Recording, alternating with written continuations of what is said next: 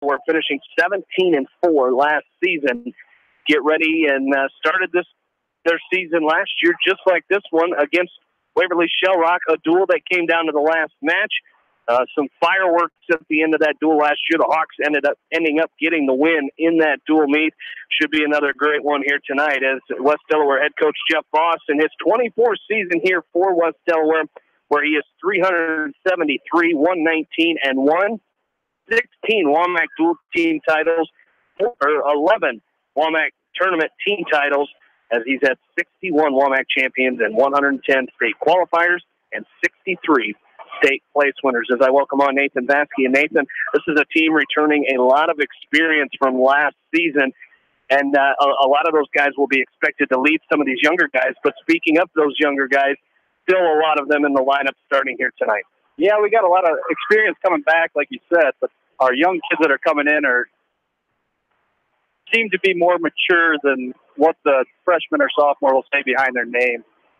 They've been wrestling since they've been little kids, and it's time to finally get up here in the high school varsity singlet here, and we'll see what they can do. And that's been one of the things, is this has been a talking point, is this class coming in, the next couple classes coming in, like you mentioned, a lot of experience in the youth level. It's just interesting to see them in their first season out, how they transition into the varsity competition. Yeah, that's the big thing. Is one thing is to talk about them. The next thing is for them to come out and actually have results. Wrestling a kid your age is one thing, but when you got to go up against a kid that's maybe 3 years older than you, and 3 years of maturity can make a big difference. So hopefully they're ready to go.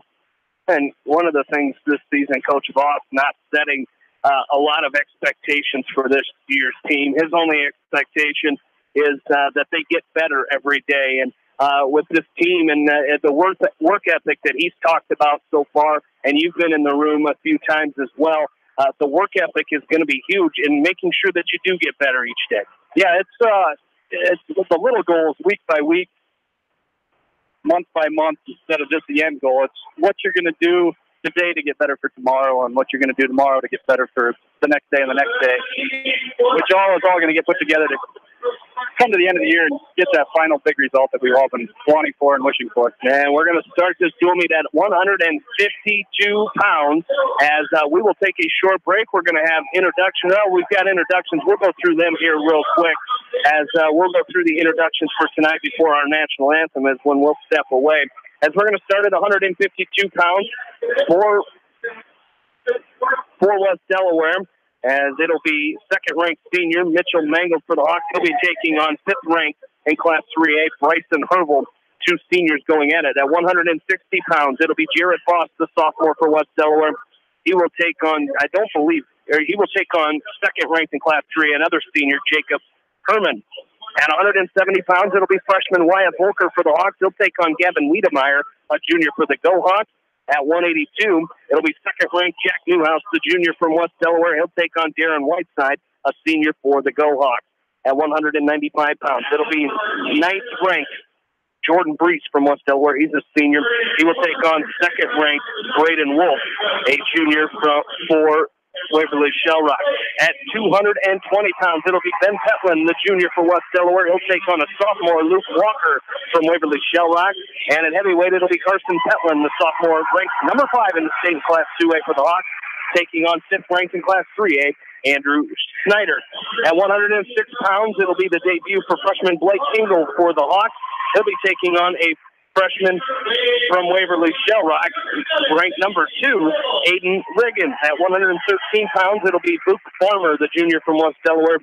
He will take on seventh-ranked Bailey Roybal, a sophomore, a transfer from Cedar Falls High School, coming to Waverly-Shell. He's ranked 7th at 113 pounds. At 120 pounds, Evan Woods, the junior for the Hawks. He will take on Zach Barnett, a sophomore for the Go Hawks. At 126 pounds, it'll be Stavely Mowry for the Hawks. He's a sophomore. He will take on number 4 ranked in Class 3A, Dylan Albrecht, a senior for the Go Hawks. At 132 pounds, it'll be 7th-ranked senior for West Delaware, Ryan Phillips. He will take on 5th-ranked Evan Yan, a junior from Waverly-Shell. At 138 pounds, it'll be Mason Gillahan, the junior for West Delaware. Not sure yet who his opponent will be. as Ian Heisey still out from an injury suffered this past football season. And at 145 pounds, it'll be Jaden Payton, the freshman for West Delaware, taking on Caden Langridge, a freshman for the Go Hawks. We're going to take a short time out. We'll come back for the start of this duel, as we'll start at 152 pounds as you're listening to West Delaware Wrestling from KMCH Sports. Tonight's a great time to try the new stuffed crust pizza at Pizza Ranch. Have one delivered while you're listening to the game, grab one for carryout, or enjoy the Pizza Ranch buffet. Then satisfy your sweet tooth with some chocolate cactus bread. Pizza Ranch in Manchester, Independence, and Owine. Contact me, Chad Frazier, at BC Land Services in Earlville for all your maintenance projects such as tree removal and trimming, small dirt work projects, lawn seeding, and more. BC Land Services is fully insured and licensed. Contact me at 563-590-8074 or on Facebook. And best of luck to all area athletes and coaches. This is Sarah from It's So Me Boutique in downtown Dyersville, inviting you to stop in, look around, and let us assist you in finding the perfect outfit for any occasion. We offer fashion-forward trends for women, including plus sizes, baby clothes, shoes, and fun accessories to complete any look. It's So Me Boutique in the heart of downtown Dyersville. And check out our Facebook page. Edgewood Feed Mill Construction is a general contractor and will assist you with the construction of your livestock facility, start to finish. For more information on Edgewood Feed Mill Construction, contact Steve Harris at 563-920-7835. Hello, this is Fred Smock from Dunlap Motors in Independence. We are proud to support local school programs. So if you are looking for a new Chevy, Buick, or certified used car or truck, or just want to stop and say hi, stop in. That's Dunlap Motors in downtown Independence. Clayton Drug supports all the area athletes and coaches on a successful season. Stop in and visit with one of their pharmacists today and be sure to check out their large selection of home decor and gift items. Clayton Drug in Strawberry Point, a local pharmacy you can trust. For the best selection of Chevy, Buick, and GMCs in the area, see Bob Stephen Motors in Manchester. We offer straightforward pricing and carry a low overhead, so we can pass those savings on to you. We also take care of you after the sale and offer a state-of-the-art service department with ASE trained technicians. For a full list of our inventory, visit us on the web at bobstephenmotors.com. When it comes to financial planning, most financial companies focus on your income. At Northwestern Mutual, we focus on your outcome. It takes the right financial partner who cares as much about your future as you do, building a financial plan to meet your life's priorities and helping you achieve the financial security you're after. Focus on your financial outcome with Northwestern Mutual. Contact me, Mitch Payton, or Matt Schulte today. You and Northwestern Mutual, stronger together. American Trust and Savings Bank wishes all area athletes and coaching staff continued success.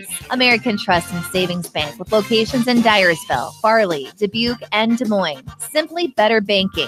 Check them out at americantrust.com. Member FDIC, equal housing lender. Sight and good vision is very easy to take for granted until it is taken away. Advanced Eye Care Associates of Eastern Iowa is here to help you. Advanced Eye Care Associates of Eastern Iowa, located at 225 West Main Street in Manchester and 1113 West 3rd Street in Vinton. This is Phil from Gateway Appliance. We service most major brands of appliances, and we are Manchester's exclusive KitchenAid, Maytag, Whirlpool, and Amana dealer. Stop in and see us today in the Big Blue Building on West Main in Manchester, or call 563-927-3200. Delhi Lumber has products for every home and every budget. Delhi Lumber carries Midland doors, which are one of the best values around. You can see Midland doors today or call Delhi Lumber at 563-922-2404 for more information. Your Midland overhead door dealer, Delhi Lumber. Big town quality with small town service. This is Dr. Tim Collier from Dental Associates of Manchester. We take pride in the environment we provide our patients with a caring attitude and unsurpassed comfort. For the kind, compassionate, and competent dental care you deserve, call us at 927-GRIN. Dental Associates of Manchester, creating healthy smiles for life. Whether you are thinking of buying or selling your home, give Homefront Realty a call. We are here to be your advisor, negotiator, and facilitator in the real estate game. Homefront Realty will save you time so you can spend your time cheering on the Hawks. Call Homefront Realty at 927-2111.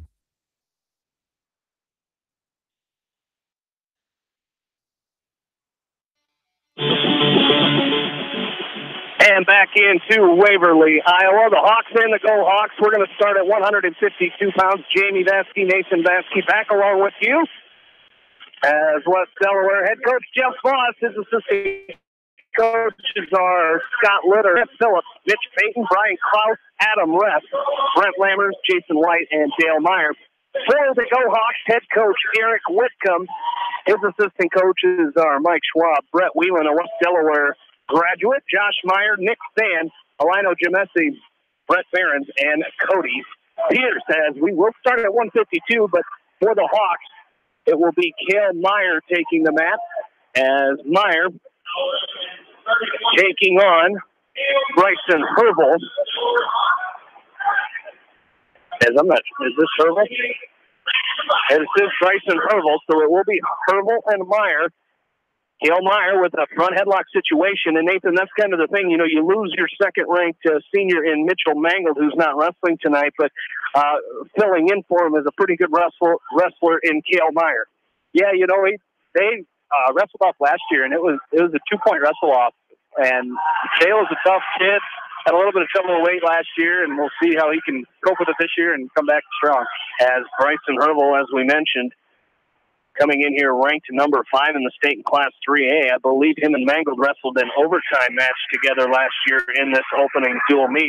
Our officials for tonight, kind of some familiar faces for anybody who knows high school wrestling in Northeast Iowa. Here's Cale Meyer in on a high crotch on the left side. He's going to switch off to a single leg, and now Hervel's going to do a nice job of flattening out. He's trying to come around. Now Meyer throws his head under the leg of Bryson Hervel. He's trying to elevate, but Hervel doing a good job keeping himself draped over the body of Cale Meyer. We may get a stalemate out of that, and yes, we will. Anyway, back to what I was saying. Our official for tonight is Ron Fank, as he is assisted. He was a longtime official until his two sons, Ryan and Kyle, started wrestling, and his assistant official tonight is Kyle Fank, as a graduate of Independence High School and, of course, a national champion at Wartburg College here in Waverly. Good to see Kyle giving back to the sport and officiating here. Here's Hervel in on an outside single shot as he's got Meyer, and he's going to take Meyer down to the mat. A 2-point takedown for Bryson Hervel. No score, or 2-0 here in favor of Hervel. 20 seconds left to go in this first period. No score in the dual meet, as this is our first match of the night. A sit-out attempt here by Meyer. He's trying to suck that leg in of Bryson Hervel. He's got 10 seconds. He's got to try to get out of it here, as Hervel, again, just leeching all over Cale Meyer right now. And I believe that's how our first period is going to come to an end. A 2-0 lead for Bryson Hervel of Waverly-Shell. He's a senior taking on the sophomore Cale Meyer from West Delaware. And what I liked early on in that period, Nathan, was, you know, Cale Meyer, a sophomore coming in here against a ranked opponent, not really showing that he's going up against a ranked opponent. He really forced a lot of that action in that first period. Yeah, he was creating motion there. He got in on a couple deep shots, got in real deep, just had trouble finishing it there. Here, and see if we can get some points back in a second. Hervel will choose down to start the second period, as Cale Meyer started on the right. Now he switches up to the left side, grabs the far ankle of Hervel, and he's got him flattened back out on the mat. Second period here, 2-0. Bryson Hervel of Waverly-Shell with the lead. No score in our dual meet, as we're just underway in the first match of the night at 152 pounds. Granby roll attempt by Hervel. Meyer trying to follow, and he does. Almost had a locked hands there, but Meyer did a great job of fighting it off. And now coming and facing Meyer is Hervel, and it'll be a 1-point escape for Bryson Hervel, and he goes up 3-0, but quickly into a front headlock is Cale Meyer, trying to cut the corner. He's got a cradle locked up now, as Cale Meyer just gets your points here, as he will come around the backside, and Cale Meyer picks up a 2-point takedown, and he goes up, he gets on the board here, 3-2. And blood time on the mat. It looks like Cale Meyer is bleeding, but a 3-2 lead. A nice job not sitting after giving up that escape, going right back into the action. That was good combination wrestling there by Cale Meyer. You know, he gave up the 1-point escape. He didn't sit on it. The other kid kind of came in with a half shot, and he was able to come around for 2. One time here, get a little breather. Let's see if we can finish the period here with 1:06 left. Yeah, always a West Delaware connection when you come up here. As the athletic trainer up here for Waverly-Shell is 2008 West Delaware graduate Destry Spearsloggy over in the corner cleaning up Cale Meyer. Kaylee Klein Spearsloggy over. She's down here tonight with their newborn baby. So a lot of the Klein and Phillips families here tonight over there on this right side. A good crowd by West Delaware. A lot of people braving the elements that will come, supposed to come while we're up here tonight, but a good crowd for the Hawks here tonight. Just under a minute left to go as we're back to action. Cale Meyer trailing 3-2 against Bryson Hervel in this first match of the night here at 152 pounds. Again, Mitchell Mangold, he is warming up over here on the Hawks side, but I'm not sure he's going to go tonight, as maybe feeling a little under the weather tonight is Mangold. So we'll see if he bumps up and goes at 160, but I don't foresee that happening here. 30 seconds left to go. Killmeyer doing a good job of riding on top as Hervel flat out on the mat, head on the mat. Now a farm across the back. Looking to set up a farmer here is Killmeyer. See if he can do it. Just 20 seconds left to go in this second period. As Killmeyer doing a great job, and now he's going to scoop the head and try to run it. He's trying to get that anchor, hook that anchor on the left side of Hervel. And I tell you what, that's going to do it for this second period. But I tell you what, Killmeyer took a lot of energy out of Bryson Hervel at the end of that second period. Yeah, even though he didn't score any points there after getting that takedown, it's amazing what happens when you just ride him out for another minute. I mean, that kid was flat on the mat for the last minute 6. A lot of pressure on his shoulders and his arms getting into that bar arm series. So Killmeyer will choose neutral to start the third period. Good decision, Nathan. You kind of called for that as that period was coming to an end. So Meyer chooses neutral. Thinking he can go back to work. Now he's going to go to the fireman's carry. And Hervel does a good job of down blocking there. And Killmeyer back up to his feet. He's going to go right back into it. Now he's going to try to run it. He's got to try to come up and stepping over a Wizard. It's Hervel. He's going to get caught. That's going to be a 2-point takedown for Killmeyer as he goes up 4-3. And we're going to get a stoppage, and we're going to get blood time again. Nathan, that's the old adage, never step over a Wizard. Bryson Hervel did it, and Meyer just about caught him on his back. Yeah, Kale did a good job there getting to that fireman's carry series. And even though he got stopped initially, he kept fighting, kept pushing through it, and was able to come out with 2 points there. And also the West Delaware connection when you come up here. Riley Cole writes for the. She writes for the newspaper up here. I'm not sure what the newspaper is that she writes for up here, but she does write for the Waverly newspaper. And, of course, walking through the hallways here tonight, I saw B.J. Hermson, a 2008 West Delaware grad, walking through the halls. He was coming from basketball practice over here as he's an assistant basketball Hawk. So I don't know, it must be something with the Hawks. You come up here and see all these. You come up here and it's quite a little West Delaware reunion. As Casey Doyle was up here, he's a Waverly native. Also, Jim and Chris Whelan, they're formerly of Manchester. Their son Brett, graduate of West Delaware High School. Of course, their son Brooks spent some time on Saturday Night Live. He's a comedian now, as he's having a great career. But we're back to action here. 1:20 left to go in this third period. Killmeyer leading 4-3. First match of this dual meet, so no team score yet. And now we're going to get potentially dangerous on top by Killmeyer as he's riding fifth-ranked Bryson Hervel. Of course, the Go Hawks in Class 3A, so you will see some similar rankings.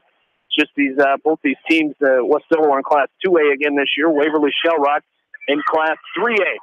Hard chop on the right side by Killmeyer as he starts. Hervel up to his feet, diving in on the leg is Meyer. He's trying to return Hervel to the mat. Hervel's going to turn and face him and slide down, and he's up to his feet. It'll be a 1-point escape for Bryson Hervel, and it's going to tie this match up 4-4 with 54 seconds left to go in the third period as the West Delaware fans come to their feet. Or maybe one or two of them did. And here's Hervel in on a low single, kind of that off the whistle shot in on that single leg. Meyer trying to come around. It's going to be Hervel with a 2-point takedown, and he'll go up 6-4. Dale's got to keep wrestling here, Jamie. He gave up the 2 points. You know, we're only down by 2 here. We get a 1-point escape, and you're right back in the match. As Hervel has Meyer sitting up on his hip. So good opportunity here for Killmeyer if he can get the action moving. As Hervel's got his legs, he's got that cross body right in, throwing the leg in on the right side of Killmeyer. 18 seconds left to go. Power half situation here for Bryson Hervel. A roll-through attempt by Meyer. And with 10 seconds left to go, Bryson Hervel got everything he wanted from Killmeyer as the fifth-ranked Bryson Hervel will hold on and win this match 6-4. To start this dual meet, that'll put the Go Hawks up 3-0 in the duel. But what an effort there, Nathan, by Killmeyer. It's nice to see a kid get bumped up in weight class there, and Killmeyer and came out and fought the fifth-ranked kid right down the last 10 seconds there. Doing. Let's keep it rolling here. So the Hawks trail 3-0, and another good match coming up here at 160 pounds. As Cale Meyer looking a little dejected as he walks off the mat. But I tell you what, he has nothing to hang his head about, as that was a great match. As this will be Jared Voss taking the mat for the Hawks, as he will be taking on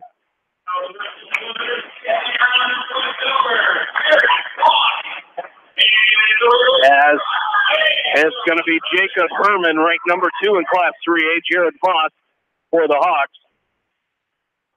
In on a sweep single on the right side. Herman fights that one off. As we're back to our feet here, nice shot going right out there. And again, the Hawks going right after the Go Hawks here. As we mentioned, Mangold maybe a little bit under the weather tonight, but credit Coach Voss and company sending their young sophomore out against the second-ranked Jacob Herman, a senior for the Go Hawks. With a minute 20 left to go here in period number 1. Again, the Hawks trailing this dual meet 3-0 after one weight. We're up to 160 pounds. Where we have Jared Voss, the sophomore for the Hawks, taking on Jacob Herman, the senior for the Go Hawks. They go out of bounds, 1:14 left to go. Hard shove out there by Herman. As we're back to the center of the mat, Voss again shooting in, getting a little bit underneath of Herman. Now a front headlock attempt by Herman, and Jared Voss back up to his feet. Again, circling, now a slide-by attempt by Herman. He's going to put Voss on the mat, and he's going to pick up a 2-point takedown. So Jacob Herman with a 2-point takedown here with 55 seconds left to go in period number 1. And, that was probably about like looking into a mirror for Jared Voss. It's kind of his go-to move, and just got done to him. Yep. Jake was even really good at that throw by. See if he can get back up to his feet here with 44 seconds left and see if we can get 1-point escape. As 44 seconds left to go after going off the edge of the mat, Herman's going to start on the left side of Voss, chopping that left arm of Jared Voss as he's up to his feet now, and a 1-point escape for Voss. Going to cut that lead in half. It's 2-1, and that's what you notice with the good wrestlers like Jacob Herman, Nate, is, that just that pressure, that constant pressure, and they look like they're in control of a match. Voss has taken a couple shots, but the way that Herman's fought him off, you can tell that he's still in control while he's out there. And that's kind of the difference between wrestlers. Yeah, he's doing a heck of a job at controlling the head. A lot of hard snaps, inside ties, and he's really making Jared work here. You mentioned Jake getting ready to compete in his senior season for the Co-Hawks down in Cedar Rapids. As the first period comes to an end here, Herman's going to defer over to Jared, and he's going to choose down to start the second period. Again, Voss trailing 2-1. That's a good thing about Jared. He's down 2-1, but he looks the same as Jared always does. He's almost got a smile on his face out there. He's never scared. Yeah, he's got that stoic look on his face. He's always very in control. You don't see him get rattled too often as he tries a switch attempt here. He's going to come to his feet. He's going to tie this match up with a 1-point escape. 2-2 is our score. Just underway, second period of our second match. A 2-2 score in the dual meet. It is a 3-0 Waverly-Shell lead after Bryson Hervel, the 5th-ranked 152-pound senior from Waverly-Shell defeated Cale Meyer, the sophomore from West Delaware, by a final score of 6-4 to put the Go Hawks up 3-0. And we're in our second match here. They go out of bounds, a minute 20 left to go here, second period. As this match tied at 2, and Voss again with another nice sweep single attempt, but a nice down block there by Herman. As back up to his feet now, and you can see Voss, he's continuing he's forcing the action a little bit here. He's not stalling. He's taking a couple shots here. One of them not a very good shot, but he's attempting those sweep singles and really setting up his ties and trying to catch Herman off guard. But Jacob Herman very good, and now it looks like some kind of throw attempt, and I think Jared Voss is going to get away with that one. A very fortunate break for Jared Voss as he kind of sagged and sat down on his hip trying to throw Herman and just about got caught on his back, but alertly got back up to his feet to stay in neutral position. 2-2 is our score. 30 seconds left to go in this second period. Again, I think Jared Voss got away with one there. Yeah, I noticed Jared's kind of been working that outside tie. I'd like to see him try to get inside and maybe set up something of his own. That might help with that sweep single, getting that leg coming towards him here.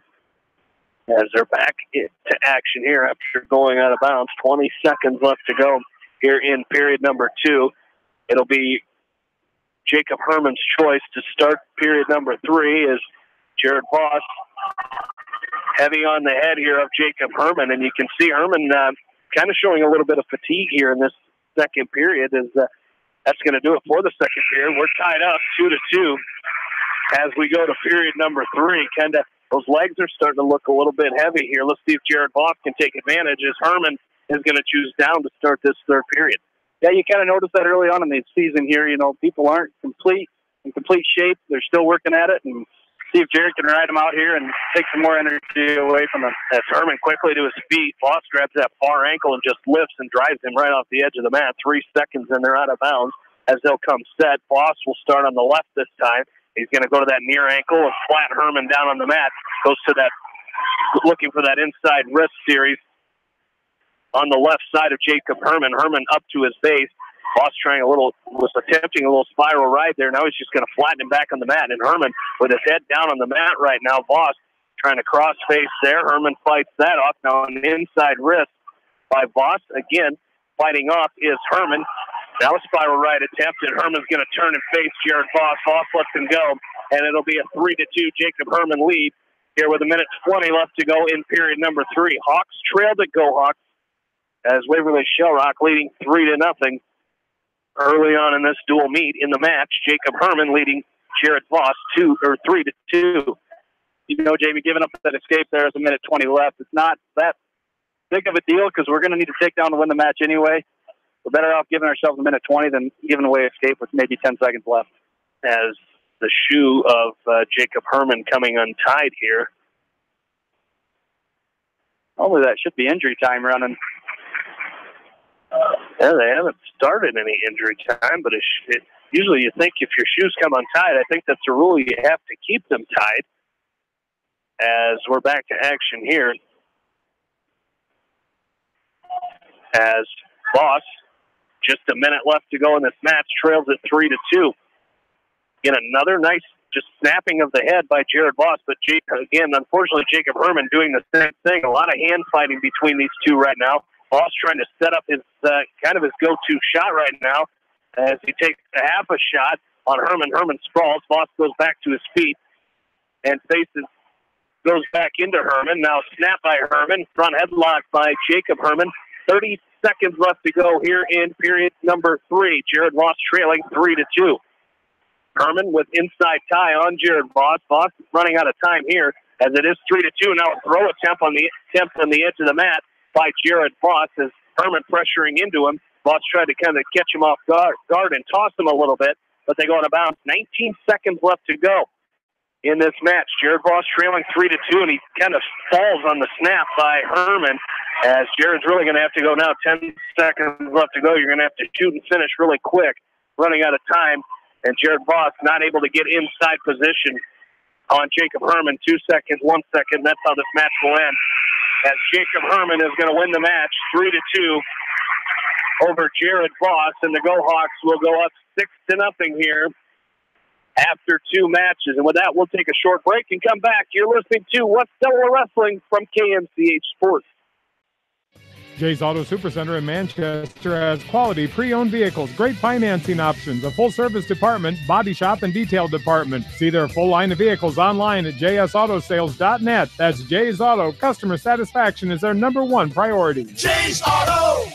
This is Jamie Vaskey from Don & Walt LLC, your independent Lennox dealer in Manchester. For residential or commercial plumbing, cooling, and heating needs, and top-quality Lennox furnaces and air conditioners, see Don & Walt LLC on East Main Street, Manchester, or call 927-2232.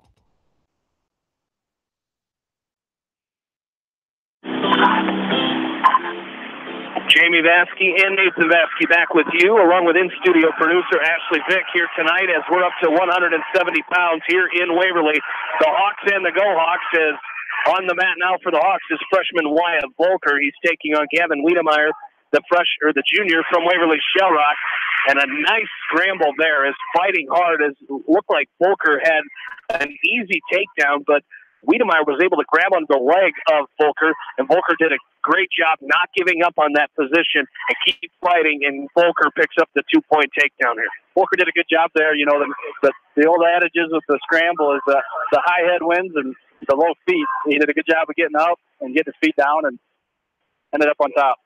As Wyatt Volker, the outstanding freshman for the Hawks, he's one of those kids you talk about coming in with you kind of some high expectations. Obviously, we mentioned Coach Voss not wanting those expectations, but from a radio perspective, there are some expectations, as this kid has done some great things in elementary and middle school, and of course wrestling in some national tournaments. So he's one of those bright spots the Hawks are looking forward to this season, as he leads Gavin Wiedemeyer, the junior from Waverly-Shell Rock, 2-0 here. 31 seconds left to go in the first period. The Go Hawks lead the West Delaware Hawks 6-0 after 2 matches. A quick switch by Wiedemeyer is going to pick up here as Volker quickly back up to his feet. Now he's looking to turn into Wiedemeyer. He's got to put that pressure back. He might almost caught Wiedemeyer on his back, but Volker quickly with a 2-point reversal and regains the lead. It's now 4-2. We started at 152 pounds. It was Bryson Hervel of Waverly-Shell Rock with a 6-4 win over Cale Meyer of West Delaware. That put the Go Hawks up 3-0. And then Jacob Herman with a 3-2 win over Jared Voss of West Delaware to put the Go Hawks up 6-0 as the first period comes to an end here with Wyatt Volker and Gavin Wiedemeyer. As it'll be Volker's choice, as he will choose down to start this second period. Back to what you're saying about Wyatt here, he really bought into the wrestling here about 5 or 6 years ago, and he's been doing the extra practices, going to extra camps, clinicians, and going to them national teams like you talk about. He's starting to prove himself here. Let's see what he can do here in high school. As he quickly picks up a 1-point escape 5 seconds into the second period. He leads it now 5-2. Minute 40 left to go, second period. As Wiedemeyer went off the edge of the mat. That's the thing you're going to find with Wyatt Volker. He's physical. He's going to go till he hears that whistle. We saw that there with that nice little shove off the edge of the mat of Gavin Wiedemeyer. As a minute 30 left to go here in this second period, 5-2 Wyatt Volker lead. And of course, if the name Volker rings a bell, his brother Tristan just graduated from West Delaware last year. 4-year wrestler for the West Delaware Hawks. As I believe I did see him over here somewhere tonight. He's in the front row over here. I see him now. A 2-point takedown here for Wyatt Volker, and he goes up now 7-2 over Gavin Wiedemeyer. I think Tristan attends Warburg College over here. So not a long drive at all. Probably a walk across campus over here near the hospital here in Waverly. Probably walked right past Joe's Nighthawk on his way here. As Wyatt Volker with 40 seconds left to go here in the second period leads it 7-2. Hawks trail the dual meet 6-0. And we're going to get blood time on Wyatt Volker. Volker's doing a good job here in the top position, Jamie. He's doing that roll over the arm, but he seems to be releasing the pressure and coming down on his knees. We need to stay up on our toes there, and that'll help bring that bar arm out, be able to place it on his back, and work in a pinning combination. As don't forget, coming up, we got some more sports action coming your way the rest of this week. Of course, tomorrow night, as the Iowa men's basketball team playing in their Big Ten opener, as they will host Wisconsin. That's a 6 o'clock pregame, 7 o'clock tip-off for the Iowa Hawkeye men's basketball team tomorrow night, right here on KMCH. Then, of course, Saturday morning, starting at 9 o'clock, I will have some of our area wrestling coaches for a wrestling coaches corner. As back here, how do you get underneath? Or was Wiedemeyer underneath? I didn't see the start. I just seen Wyatt. Okay. I think you kind of hit that roll he hit earlier for a reversal, and Wyatt ended up rolling out for just 1-point escape. Gotcha. So Wiedemeyer with a 1-point escape as Volker leads it 7-3 here. 13 seconds left to go. Long shot attempt by Wiedemeyer, and now a throw attempt by Wiedemeyer, and Volker's going to cover him up. for a 2-point takedown, as he will go up 9-3 as the second period comes to an end. Now they're going to go out of bounds first with 1.3 seconds left to go in this second period. So Volker will ride out here. He'll lead it 9-3 at the end of this second period. It'll be Wiedemeyer's choice to start the third, and that'll do it. Wiedemeyer's choice to start period number 3. He is going to choose down. Again, have the winter coaches or wrestling coaches corner on Saturday morning, starting at 9 o'clock with me. And then, of course, the Bob Murphy Invitational starting at 11 a.m. as me and somebody will have coverage of that wrestling meet. I'm not sure if Roger's going to be there yet. It'll be Roger or Sam Phillips may join us as well, but that's coming up here on KMCH. Switch attempt here and a 2-point reversal for Gavin Wiedemeyer, and now a 1-point escape for Wyatt Volker as he goes up now 10-5. And again, that same switch that he got hit on earlier. Yeah, is he starting on the right-hand side every time? Maybe that'd be something to switch over and try the left side. Normally people that switch can only switch to one side. As they go off the edge of the mat, no points scored. 10-5 our score. We're here at 170 pounds. Hawks trailing the dual meet 6-0. This is a situation, if you really wanted to push yourself, try to push yourself towards those bonus points here. As the Hawks trailing 6-0, this would be a good spot. Up a handful here. Try to add on and get some bonus points here if you're Wyatt Volker. But again, that's a lot. That's a tough ask for a freshman 170-pounder going up against a junior. But a single leg attempt by Wyatt Volker. He's going to pick up a 2-point takedown. It's 12-5, and he quickly is going to cut Wiedemeyer loose with just under a minute left to go in this third period. So 12-6, a 6-point lead for Volker. One more takedown would give him the 8-point major decision lead. Again, scoring in high school wrestling, if you a regular decision is worth 3 points. If you win by 1 or 7 points, you get 3 points. If you win by 8 or more points, you get 4 points. If you win by 15 points, you get 5 points for a technical fall. And, of course, a pin is worth 6 points. 31 seconds left to go as Volker and Wiedemeyer go out of bounds with 31 seconds left to go. Volker leading 12-6.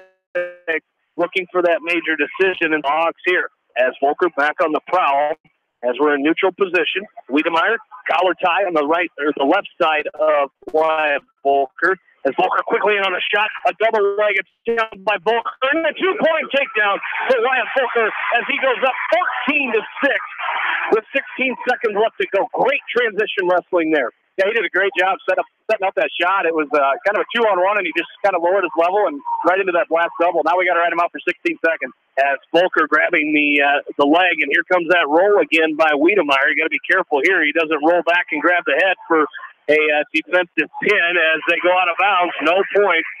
6 seconds left to go. 14-6. Wyatt Volker with an 8-point lead, trying to hold on to that major decision. Wyatt Volker goes down to the ankle. Got to be careful here as that roll attempt again by Wiedemeyer. He's going to pick up a 1-point escape as Wyatt Volker will hang on and win 14-7 escape at the end. As I'm pretty certain they gave it to him, but it is going to be 14-7. However, the Hawks are on the board. It'll be 6-3. But again, that same move he hit before, he was trying it out of a roll, a little Granby roll, and then right into a switch, and Volker wasn't ready for it. He tried to stop it, but a 1-point escape for Wiedemeyer gives him the 1-point escape, and Volker wins just 14-7. And the Hawks trail now, cut their lead in half, 6-3, as we move up to 182 pounds. It will be Darren Whiteside going for Waverly-Shell Rock, but it'll be second ranked in Class 2A. Jack Newhouse quickly with a 2-point takedown as he's taking on Darren Whiteside, a senior for Waverly-Shell Rock. So Shell Rock, of course, Newhouse, the junior for the Hawks, picking up near fall now on Whiteside. Another weight here, Jamie, where we need bonus points if we're going to try to stay in this dual meet. I think you're right. There's a 2-point near fall there for 2-point near fall for Newhouse as he's up 4-0. with a minute and a half left to go here in period number one. Again, the Hawks trail 6-3. Just underway here in our fourth match of the duel. Jack Newhouse trying to put that arm on the back of Darren Whiteside, excuse me. Gavin was the last wrestler, as now he's got it planted. He's going to curl him up and take him to his back. Got to get the fall here through Jack Newhouse.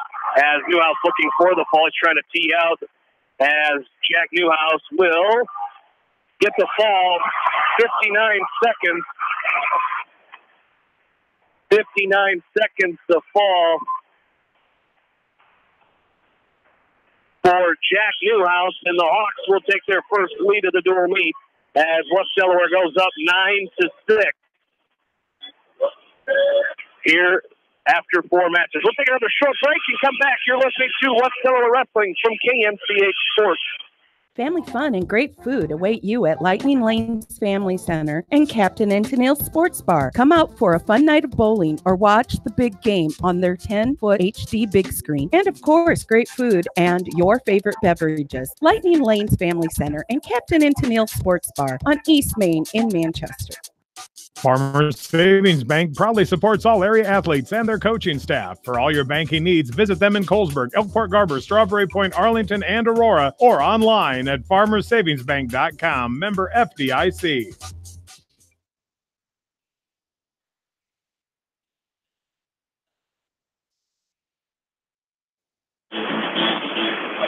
Back into Waverly, Jamie Vasky, Nathan Vasky, along with you. We're up to 195 pounds, and it's Jordan Brees for the Hawks, ranked number 9 in the state Class 2A, a senior for West Delaware, taking on a junior from Waverly-Shell, second ranked in Class 3A, Braden Wolf, and it was quickly Brees with a 2-point takedown to go up 2-0. He's working tough on top on the second-ranked Go Hawk here at 195 pounds. As this is, I guess you'd consider it a toss-up weight. You've got two ranked wrestlers going at it here at 195 pounds. The Hawks lead the dual meet 9-6 after the pin from Jack Newhouse gave them their first lead. But if you could get a win here, Nathan, that's a huge swing match. Yeah, these are the matches you see Boss when he always does his predictions. He goes through each weight and puts this guy here and this guy here and what he thinks. These are the matches you win half the time, you lose half the time, and this would be a big match to win here, getting ready to go into the lower weights again. Of course, we got to this point, started at 152 pounds. It was Cale Meyer of West Delaware losing 6-4 against Bryson Hervel of Waverly-Shell. And here's Brees looking for near fall points. He's not going to get it. He did not get a count as a 1-point escape, as Wolf was able to roll through it to pick up an escape. So Brees leading. Thought he should have had. I think he got cheated some swipes there. As here's Wolf in on a shot on Brees. He doesn't have the other leg hooked. Brees trying to get out of bounds. As now the Go Hawk fans wanting two, but they go out of bounds. 6.3 seconds left to go first period. Jordan Brees with a 2-1 lead. Did a good job knowing where he was at there, Jamie, just fighting off and getting a fresh start here for the last 6 seconds. First period comes to an end. Brees leads 2-1. I believe it'll be Wolf's choice. It's going to be Brees' choice, and they're going to tell him to go down right away. Anyway, back to it was Bryson Hervel over Cale Meyer, 6-4, the final score of that one. Then at 160 pounds, it was second-ranked Jacob Herman over Jared Voss, the sophomore from West Delaware, 3-2, the final score of that one. Then at 170 pounds, it was Wyatt Volker of West Delaware, a freshman, with a 14-7 win over Gavin Wiedemeyer, the junior from Waverly-Shell. And then at 182 pounds, Jack Newhouse, the junior, ranked number 2 in the state Class 2A, with a fall in 59 seconds over Darren Whiteside. Gives it lead. Chicken wing set up on the right side of Jordan Brees. He's got to fight this here. Brees is going to his back. Wolf has Jordan Brees on his back. Brees fighting, but he's got this locked up tight. There it is. There's the fall. In 2 minutes and 34 seconds, Jordan Brees records the fall, Braden Wolf records the fall over Jordan Brees, and the Hawks now trail 12-9 as we go to 220 pounds. You could see it, Nathan. He was working it from the start of that second period. Once he got it locked up, he kept going, and Brees just, once he got tilted there, he had it locked up so tight, Jordan Brees really had no other option but to get turned to his back. Yeah, you can tell them good chicken wingers, they never get in a rush there when they got time on the clock. He gets it to the point where he feels like he's going to go over, and he doesn't rush it and get rolled through. He settles in. That's a tough move. So the Go Hawks retake the lead here, 12-9, as we move up to 220 pounds. For the Hawks, it'll be Ben Petlin, the junior. He will be taking on sophomore Luke Walker from Waverly-Shell Rock. As Ben Petlin getting into the varsity lineup this season. As, of course, the Hawks, you look at last year's season, you're going to see some varsity experience for Ben Petlin, as the Hawks do let their kids wrestle. A lot of those kids wrestle in some varsity tournaments throughout this season. But on varsity last year, Ben Petlin was 8-9. On JV, he was 46-19. So a good season for Ben Petlin, as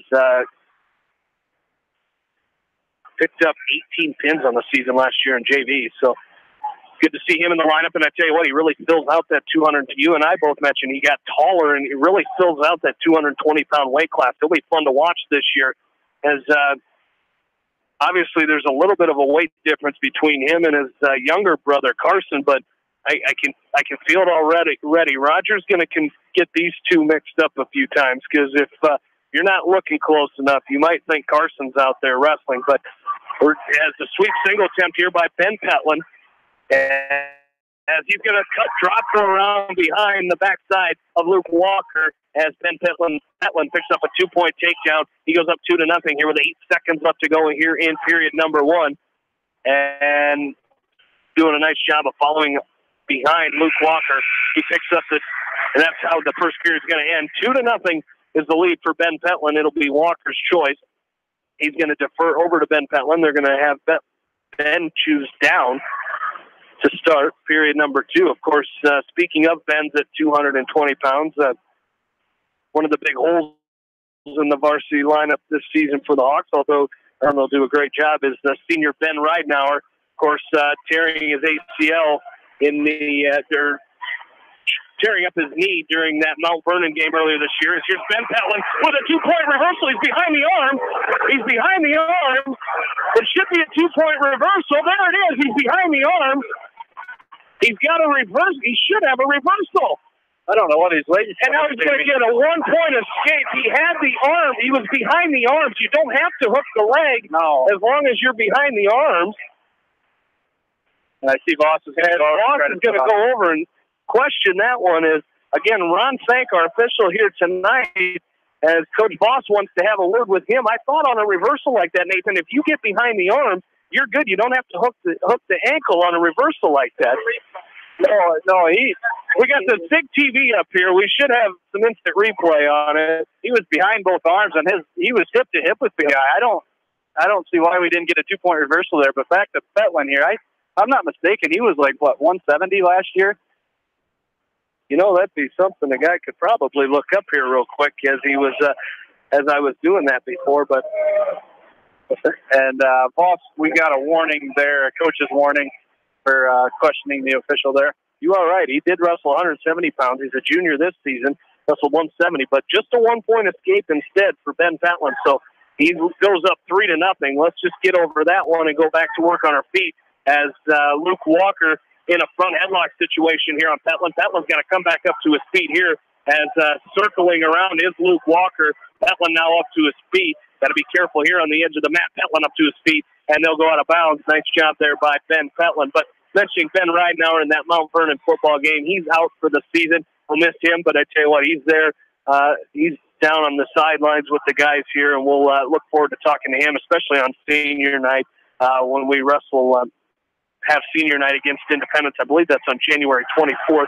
We'll have that dual meet for you, and we'll get a chance to talk to all the Hawks seniors on this year's squad. Not too many of them, but we will be sure to talk to those guys this season as senior night approaches. Back to action here as they go out of bounds again. 40 seconds left to go here in the second period, as Ben Petlin leading 3-0 in this second period.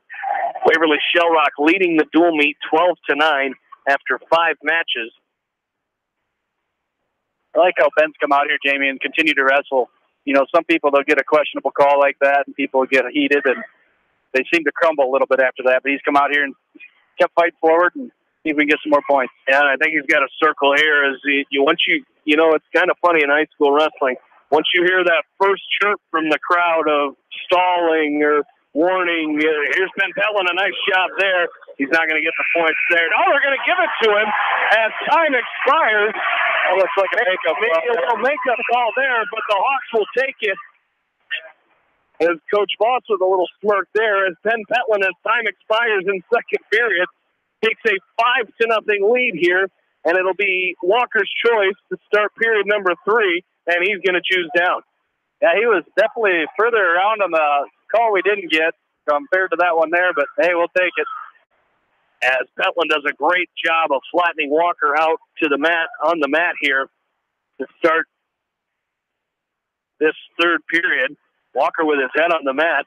But as I was saying, you know, in high school, once you hear that first chirp from the crowd, the official kind of starts to get down in a crouch stance, and they start to look maybe just a little bit closer. And that's usually when not long after, whether a fan or a coach yells it, you're going to start getting them those stall warnings will start coming. But right here, Ben Petlin doing a great job, has Luke Walker flat out on the mat, inside wrist on the right side, trying to get it out to the back.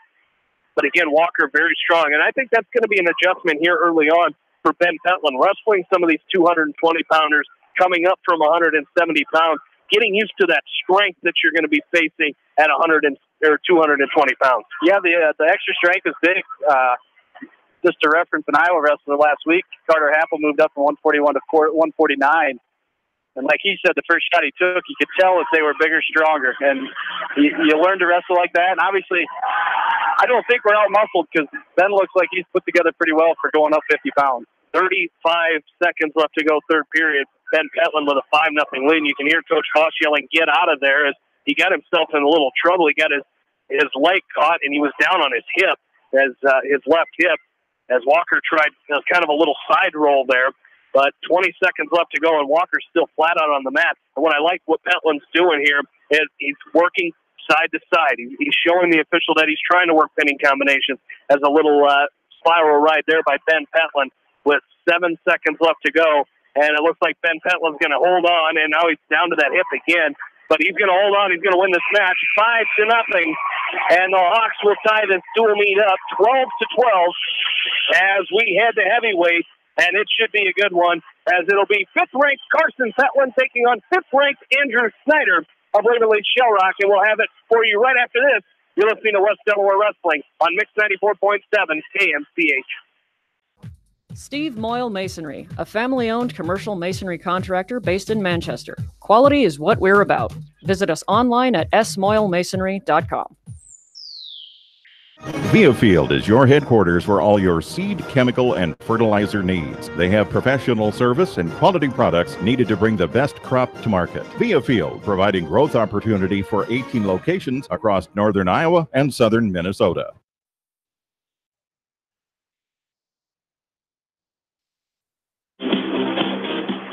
Back into Waverly, along with in-studio producer Ashley Vick, Jamie Vaskey, Nathan Vaskey back along with you. We move to the heavyweight.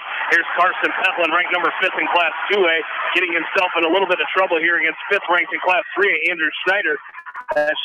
Snyder had Petlin kind of going back on his hip. Petlin did a great job grabbing the leg of Snyder, standing up with it, and no points scored. Again, we're tied up here, 12-12. Right back to where we started after 6 matches, as we're back right where we started, 12-12, and we expected this to be a great duel when we came in here tonight, and so far, just like last year, it has been a great duel early on. Yeah, we need to keep winning these swing matches, Jamie, and the matches we're favored in. Them are big, plus the bonus points. Obviously, we traded 6 for 6 there at 82 and 95, but just winning these close matches is going to be big at the end. So we're up to heavyweight, again, 5th ranked in Class 2A, Carson Petlin, state qualifier a season ago, taking on 5th ranked in Class 3A, Andrew Snyder. He's a senior. And again, Carson Petlin cracking the rankings here as a sophomore after that state qualifying season last year, comes in here against Andrew Snyder. Going back to what you were saying last match, Jamie, about the stalling and the fans and the coaches getting into it, it just seems like as early on in the year, the stalling seems to it gets let go a little bit longer. And as the season progresses, it seems like they come quicker and quicker. As Petlin in on a shot, kind of a tough shot, as he's going to give a 2-point takedown there. A 2-point takedown for Snyder, similar to the one we just saw Ben Petlin get.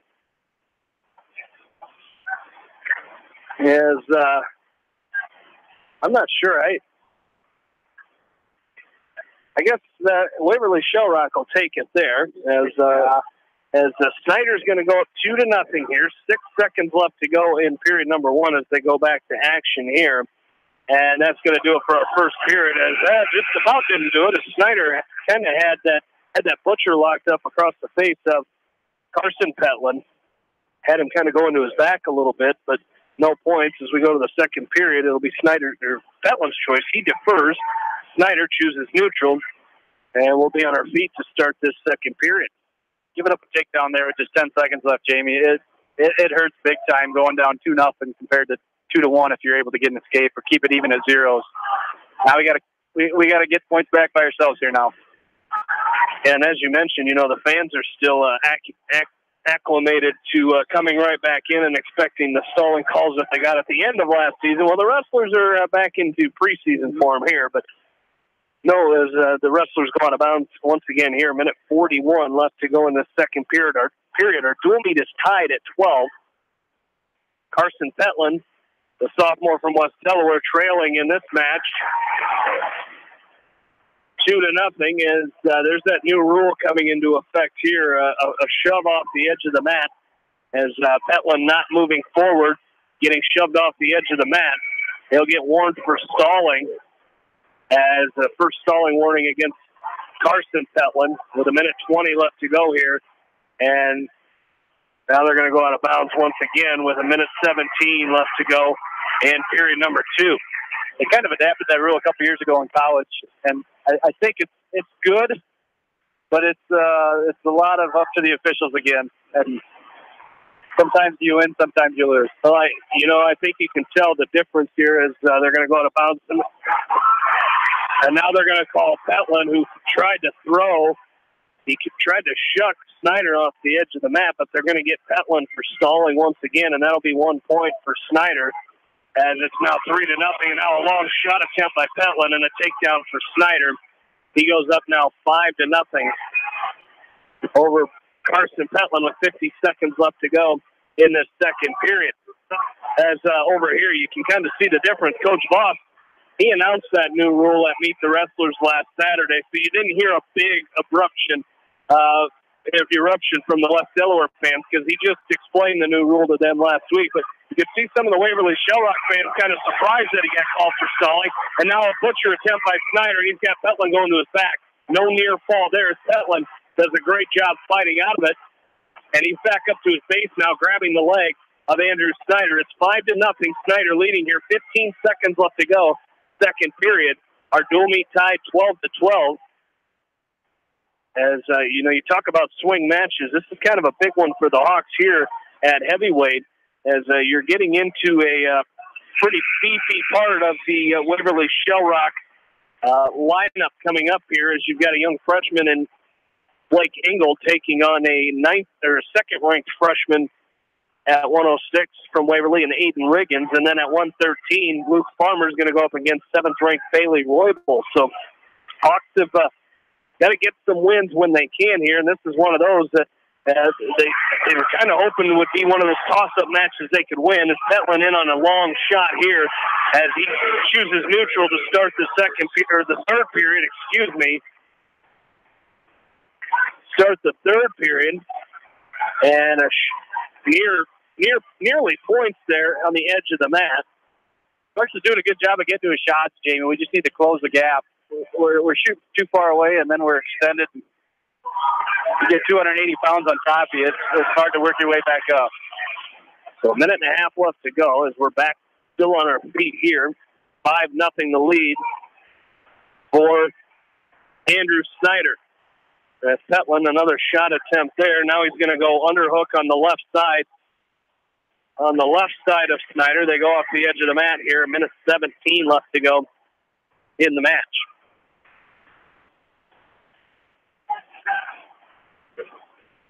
As back to action here. Carson's doing a great job here, Jamie, at hand fighting. We need to work that hand fighting into a setup here. Down by 5 with a minute left. We're going to need something. We're going to need something big, feet to back, or feet to a decent pinning combination. Yeah, at least try to maybe get into that front headlock situation a little bit. Maybe see what you can do about locking up a kind of a cross-face cradle or a drive cradle there. And that should be stalling against. It is going to be. It looked like he was going to call stalling, and now I think he's going to call blood time. He threw his hand up like he wanted to call stalling, but he's going to call blood time instead, as it's going to be Andrew Snyder heading to the blood corner with 43 seconds left to go here in this third period. The Hawks, again, this dual meet tied 12-12. Carson Petland trailing in the match 5-0. The big thing here, too, Jamie, we're always talking about us getting bonus points. Here is Carson. You don't want to put yourself in a situation with a bad shot or go do something crazy that gets you put on your back, and now you, instead of losing and giving up 3 points, you're giving up 5 or 6 points. Absolutely. As they got Snyder, they've got him cleaned up. Now looks like maybe Petland had a little blood there on his arm, so they're trying to get him cleaned up as well now, as they've cut the blood time. Coach Voss looking over, and there was a spot over by where the Hawks were standing. Now they're going to wipe Carson Petland up, and we should be just about good to go as Destry Spearsloggy, as we mentioned earlier, 2008 West Delaware graduate, trying to get things cleaned up there on the mat. And the trainer here for the Go Hawks here tonight. Also saw him during the football season when they came to Manchester for that game. As we're going to get back to action here as everything's getting cleaned up. With 43 seconds left to go in this match, in Carson Petland trailing 5-0. As now he's going to go trying to dig those underhooks in. As that's one of the things, talk about that in a second, is now a shot attempt. As grabbing onto Petland's leg is Snyder. And Petland trying to fight it off here. Now an overhook on the right side. Petland's going to get thrown to his back. You can see that one coming. Carson Petland on his back here. There's the fall. 5 minutes and 42 seconds. Andrew Snyder gets the fall over Carson Petland. And the Go Hawks take an 18-12 lead here as we head to 106 pounds. You could see that coming. You said Petland had to get aggressive and try to go something feet to back. He got a little high, and that allowed Snyder to dig those underhooks in and throw them to his back. Snyder there got that deep underhook, and Carson, we left the arm up high rather than crunching down on that elbow there, and that's kind of what happened. As already a quick takedown by Aiden Riggins, second ranked in Class 3A over. See, that's another one. We go from Cole Engel to Blake Engel, so now we'll probably call him Cole Engel for the first couple months of the season. But it's Blake Engel, the younger brother of Cole Engel. Volker was the other one too. Well, as Tristan and Wyatt, now we've got Cole and Blake. As Blake Engel, the freshman for the Hawks, picking up a 1-point escape. Again, Aiden Riggins, a freshman for the Go Hawks, looking to pick up another takedown as he intentionally released Engel, and Engel's going to give up another 2-point takedown here. It's going to be 4-1 now. Here with a minute left to go in this first period. The Go Hawks lead the duel 18-12 as Cale Meyer losing 6-4 against Bryson Hervel at 152. Jared Voss falling to Jacob Herman 3-2 at 160 pounds. At 170 pounds, Wyatt Volker with a 14-7 win over Gavin Wiedemeyer. At 182, Jack Newhouse with a 59-second fall over Darren Whiteside. At 195, it was Braden Wolf with a fall in 2 minutes and 34 seconds over Jordan Brees. At 220, Ben Petlin won 5-0 over Luke Walker. And at heavyweight, Andrew Snyder of Waverly-Shell with a fall over Carson Petlin in 5:42. And now Blake Engel finds himself on his back. See if he's going to get it. Did he get a 5 count? Just a 2 count. So it'll be 6-1 now in favor of Aiden Riggins. They're pretty solid here in this part of their lineup, Nathan, as you got Aiden Riggins, freshman here at 106. At 113, you've got the transfer coming in from Cedar Falls and Bailey Roybold. He's a sophomore, ranked number 7. A very winnable match at 120 for Evan Woods against Zach Barnett. And then you go to 126, where we will see either Alex Stabley Mowry or Riley Dolan going up against Dylan Albrecht. And then you've got Evan Yeh for Ryan Phillips to wrestle at 132. So, they've got a very good lineup here. Yeah, they're pretty solid here starting out. When they're kind of like West Delaware this year. They got 2 or 3 weights here that are toss-up matches that we needed to win, and we won a couple of them. Let's see if we can win the next couple that are coming up here. First period over as looks like Riggins chooses down to start the second period. 6-1 lead for Aiden Riggins over Blake Engel of West Delaware. Dual meet scores 18-12 in favor of Waverly-Shell Rock.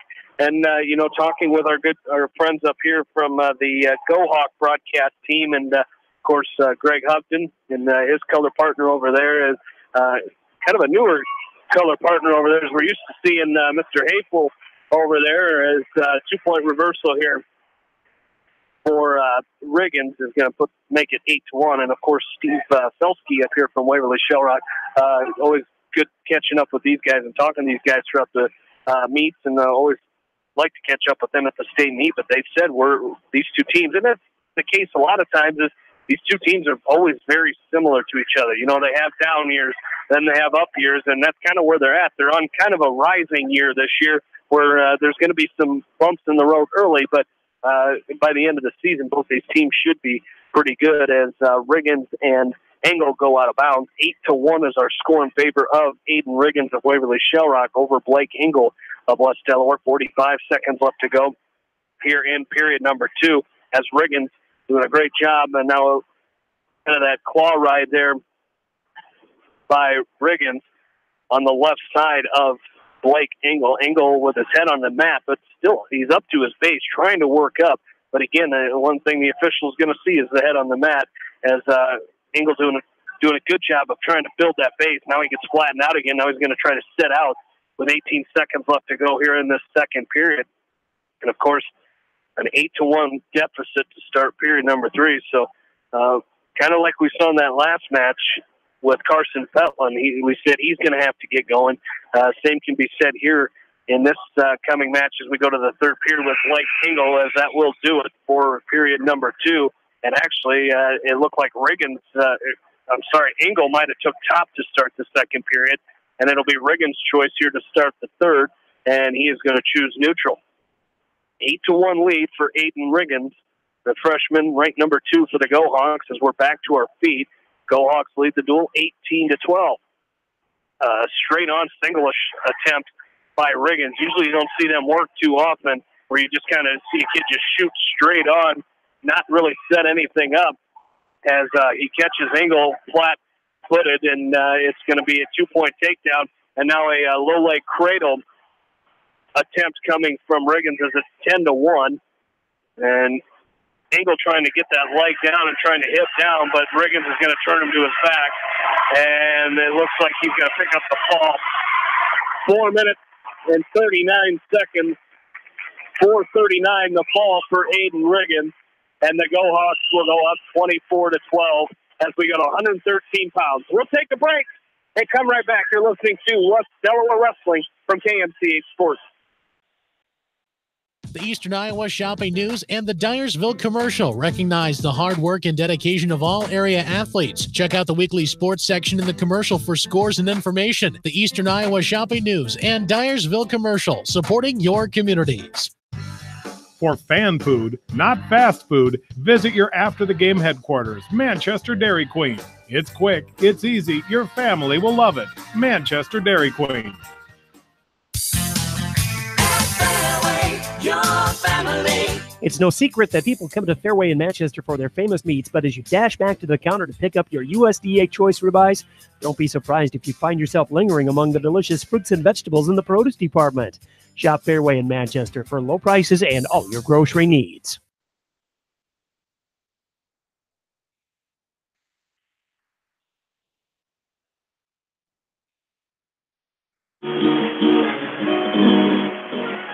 Jamie and Nathan Vasky back along with you here from Waverly. Hawks trail to go Hawks 24-12 as we move up to 113 pounds. Another tough matchup for the Hawks here is West Delaware junior Luke Farmer taking on Bailey Roybal, a sophomore from Waverly-Shell, ranked number 7 in the state. Again, he wrestled last season for Cedar Falls.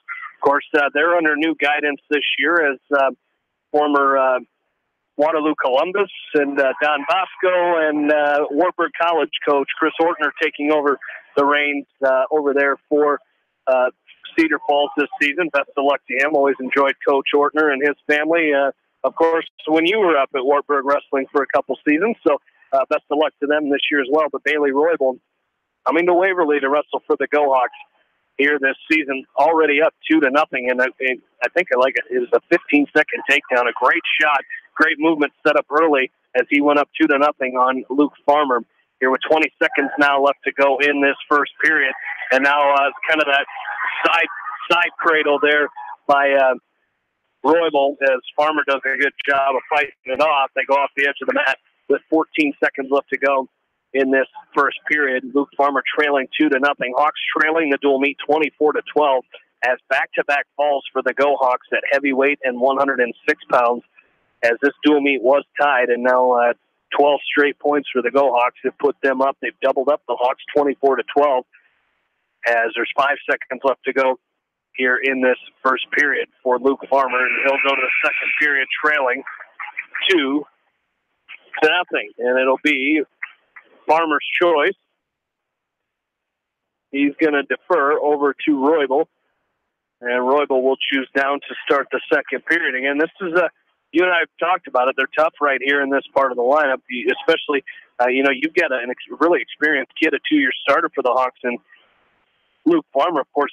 We talked about the bump up in weight from Carson Petlin Ben Petlin this year. This is the first time, I know it's only 7 pounds, but this is the first time Luke Farmer's wrestled anywhere in high school besides 106 as Roybal picks up a 1-point escape. And you'd be amazed at just a few pounds how they make such a difference, especially, the higher up you go, the more it matters. But a little bit of extra weight, it's a lot harder than what you think. That's why some coaches are scared to bump their kids up from, 4 or 5, from 45 to 52 or anything like that. It can really wear on a kid if he's not used to it. As a 1-point escape, as we mentioned, then a caution on Farmer, as now we'll get a stalemate. It's 3-0, Bailey Roybal with the lead here with 1:29 left to go in this second period. Hawks trailing this dual meet. Again, as we mentioned, 24-12, and here's Roybal with another quick 2-point takedown as he goes up now 5-0 in this match. As now 1-point escape for Farmer, quickly back to his feet, just about caught Roybal on the edge of the mat as he picks up the takedown as Nathan's Cowboys leading 10-0 over the Saints as the 2-minute warning in Dallas, leading the Saints 10-0 as Farmer heads to the blood corner. As that's one of the other things we've seen a lot of tonight. We've seen a lot of kids head over to that blood corner. Coming up on Saturday, we mentioned that Bob Murphy Invitational. Again, 2 West Delaware teams will be in that tournament this year. The JV there is a JV portion of the tournament that starts at 8:30, and then of course varsity action gets underway at 11 o'clock. West Delaware will have their varsity team. They'll fill some spots for a JV team, and then of course they welcome in Davenport Assumption, Benton Community, Central DeWitt, Decorah, Dyke New Hartford, Fairfield, Grinnell, Muscatine, and Red Oak. So 11 teams and this year's Bob Murphy Invitational, always a tough tournament to start the year off. Yeah, it's a good start. You got teams coming from way down in southwest Iowa to come up to wrestle. So, you know, the level of competition's there. You're going to see some quality kids more than one at each weight, which is a good way to start the year and see where you're at. Has a nice little snap down by Bailey Roybal as he takes Luke Farmer down to the mat once again. A takedown 7-1, the lead now by Roybal, and now he's got a cradle locked up on Farmer. Farmer doing a great job. He's got that leg kind of blocked off of Roybal, and he's going to flatten out. 19 seconds left to go here in this second period. And also we mentioned the Hawk Invitational, and of course this Thursday meet. You know, you kind of get used to things being on the same weekend. You know, it's the same weekend as opening deer season as that gets underway, of course, this weekend. The Bob Murphy Invitational, and you know, for people, the wrestling family, that's always the weekend Chris Lenz's dad comes home from South Carolina, as Bill Lenz making the trek into Manchester today, as he left yesterday morning, spent the night in Indianapolis last night. He made it here in 6 hours today from Indianapolis, so always good to see Bill make the trip up. I should ask Chris, you don't remember how old he is, do you? I do not. As 11-2 is another takedown and escape here by Bailey Roybal, as it's 11-3 now after the escape by Farmer. With 1:35 left to go, now another long shot by Roybal, and he's going to try to come out the back door and try to pick up another takedown here on Luke Farmer. He's got the 8-point major decision right now on Luke Farmer, as that's going to be a 2-point takedown. He goes up 13-3, so a 10-point lead now for Bailey Roybal, and another blood timeout. And we'll take one with him here as Luke Farmer heads back to the blood corner.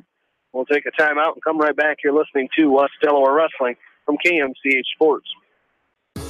Just like a great coach, State Farm agents like me, Julie Smith, can help you develop a game plan for your insurance needs. Whether it's car, home, life, health, or business insurance, I can dig into the playbook and help you find the affordable coverage you need. For all your insurance needs, call on a winning team, the Julie Smith State Farm Agency in Manchester.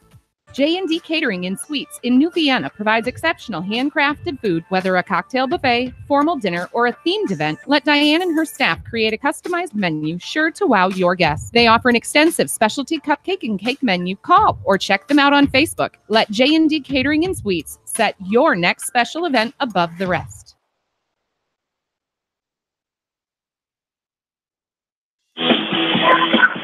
Another 1-point escape for Luke Farmer, but quickly another takedown for Bailey Roybal as he goes up 15-4 in this match.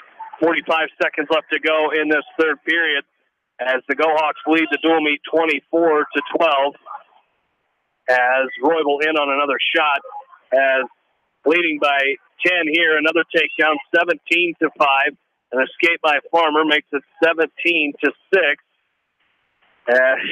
Bill Lenz, 85 years old. We got some faithful listeners out there checking in and letting us know Bill Lenz, 85 years old, still making that drive here from South Carolina. 17-6 now our score in favor of Bailey Roybal, and now just a long shot by Luke Farmer, and another takedown by Roybal is going to make it 19-6 as 10 seconds left to go in this match.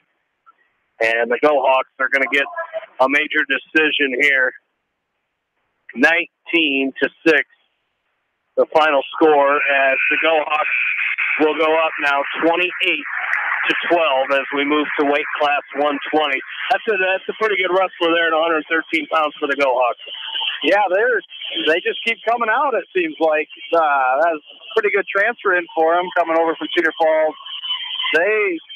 What I like is I see Luke Farmer still attempting shots there. You know, he's given up 9, he gave up 10 takedowns, you know, and he's still pushing forward. He's still trying to shoot. Obviously, Bailey was able to fight him off, but we're still fighting. And I mean, and you go back to that blood time, you know, there's a lot of hard fighting in there to get each and every point. And it's good to see this early in the season. As 120 pounds, it's going to be Evan Woods for the Hawks taking on Zach Barnett for Waverly-Shell. As quickly Woods in on a shot. He's got to be careful there. Got some rolling a little bit there, but Evan Woods is going to pick up a 2-point takedown. He goes up 2-0. 2-0 here over Zach Barnett. Again, the Hawks trail this dual meet 28-12. And Evan Woods with a 2-0 lead as they go out of bounds with 1:13 left to go here in period number 1. You know, they say a watched pot never boils. A watched score never changes.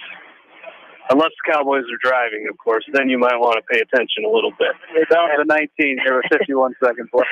Evan Woods, I did promise you a stream tonight. Maybe we can hack this computer and get the Cowboys up on this big advertising board behind us here. Is Evan Woods doing a great job. Again, this is another state qualifier for the Hawks last season as Coach Litter comes up out of his chair and instructs Evan Woods to cut him loose. Go back to work where you're tough, and that's on your feet. But a long shot attempt by Evan Woods, and Evan Woods is going to give up a 2-point takedown. And now quickly into a cross-body right here is Zach Barnett as Woods Woods, the junior for the Hawks, came out, and I think, when the coaches told him to cut him, I think they thought he needed to just go out and get points quick, but you still got to set it up. And he kind of took that shot from a long ways away and gives up the takedown after the escape. So it's 3-2, but now we're going to get a technical violation here. I see what Coach Litter's talking about here.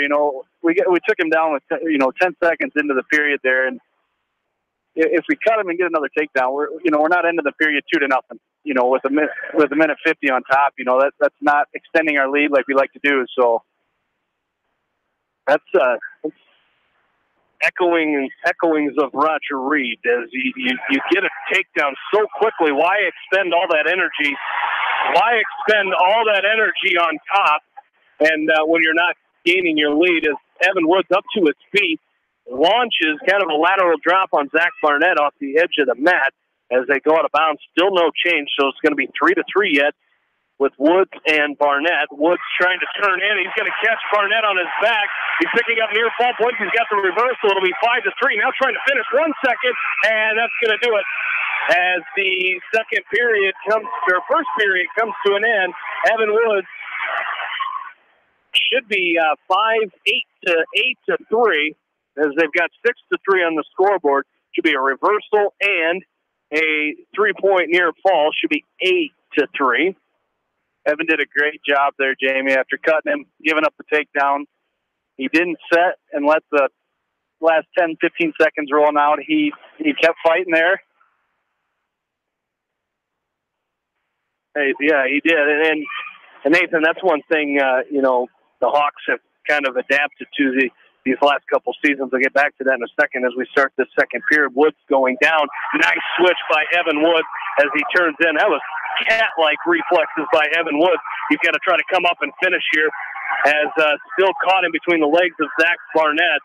As Woods, that should be 2. He's around the waist. 2-point reversal for Evan Woods. But it's that individual workout with your coaches, as Coach Boss mentioned it at Meet the Wrestlers the other night. One coach goes with the lightweights. One coach goes with the middle weights, or several coaches, and then a couple coaches go with the heavier weights. We saw Adam Repp go out and talk to Carson Petlin in the one match. Coach Litter right here in the corner for this one. Just that individualization between coach and wrestler has been really crucial the last couple of years for the Hawks. Yeah, you look at our roster, our little lineup card here, and we got 10 or 11 coaches, and some people look at you and say, well, why? Each coach, if you go in our wrestling room, we got a board that each coach has 2 or 3 kids that that's who they work with, that's who they watch. And you can tell they're starting to get a relationship with the coach wrestler. And you can tell that, the coaches are obviously giving it everything they got. And the kids like to see the coaches, giving them extra attention. And I think it's working and paying off for us. I know that's that after practice and before practice workouts they have with those coaches. As Evan Woods is going to cut Barnett loose, just intentionally release him and go back to work on his feet again. So 10-4 our score in favor of Evan Woods. Woods in on another shot. He's going to try to climb the body here of Barnett. You got to just elevate that leg. He will, and he'll pick up another 2-point takedown. Will Evan Woods, as he leads 12-4 now, with 35 seconds left to go here in this second period. Hawks trail the dual meet 28-12. As this dual meet, just an hour and 20 minutes old here. As Woods still working, he's got a leg jerk in right now on the right side of Barnett. Now he's trying to twist that in and trying to climb the body and maybe kind of a bow and arrow there, and he's going to get potentially dangerous. And that'll stop the clock with 6 seconds left to go here in the second period. Evan did a really good job with that leg jerk, elevating that near leg that he had hooked. You just got to work on getting to that far shoulder and give your leverage to get the shoulders to go to 45. So 12-4, Evan Woods with the lead. 6 seconds left to go. Quickly grabs onto that right ankle of Barnett, and that's how our second period will end. As Evan Woods with a 12-4 lead, it'll be Barnett's choice, and they're going to tell him to go down. I think Coach Litt again might just say let him go. Yes, he will. It'll be 12-5. Go back to work on your feet if you're Evan Woods, as he's done a great job of getting in on the shots. He's just got to work on finishing those shots a little bit better here, as he's going to go front headlock on a long shot attempt by Barnett. Front headlock by Woods, trying to cut the corner. As he's got that arm, he's got him extended. He's just got to try to cut that edge, and he's trying to do those inside steps. And Barnett comes up to his feet now as an opportunity for that little dresser dump or that cross knee pick by Woods, but instead he's going to pick up a 2-point takedown as he goes up 14-5. As Woods with the cradle locked up, now he's going to try to run it. He's got him going to his back. Evan Woods looking for the fall. He's got a cradle locked up on Zach Barnett. As Woods trying to squeeze it, minute 18 left to go. He's got time to reset here, Nathan, as he's trying. It's kind of got an awkward cradle locked up as Barnett's arm is still out. It might be one of those opportunities where, Coach Voss, they call it the tighter than a bull. It'd be an opportunity for him to come around and kind of scoop that leg. As a minute left to go, Woods still trying to lock up that cradle. Still not there. That's all he's got to do, too, is a little scissor kick there and get that leg in front. It's just this is a tough area. Right? We got our body on his back, and I think we're going to lose the cradle along with it here. 40 seconds left to go. He's going to get a 3-point near fall, Will Evan Woods. He's going to go 17-5. And now the cradle's broken. Nathan, I see you calling for the stalemate here. As that cradle, I guess he still does have that cradle locked up. Now he's going to try to step over the head. I think he needed to come back and try to lock that up. As 20 seconds now as the Hawks looking for the fall. Jack Newhouse trying to get rid of that pin belt that he earned earlier in the night. As Woods again trying to turn. He's going to turn Barnett again, but still that same position. Going to be really tough to get a fall here if you're Evan Woods. And now he's got to be careful he doesn't pull himself on and get pinned himself as kind of a defensive fall situation. It's going to be a 3-point near fall for Evan Woods, and he wins it 17-5. And that'll be a 4-point major decision for the Hawks, and they trail 28-16 as we go to 126 pounds. We'll take another short break and come back. You're listening to West Delaware Wrestling from KMCH Sports. Hi, this is Chris Henry, Service Manager at Brown Sales and Leasing in Elkader. Our goal is to make your car buying experience the best possible, and our factory-certified technicians are dedicated to you and your vehicles. Stop in and see us at Brown Sales and Leasing in Elkader, or visit us online at ForBrowns.com. Your hometown dealer, wherever your hometown may be.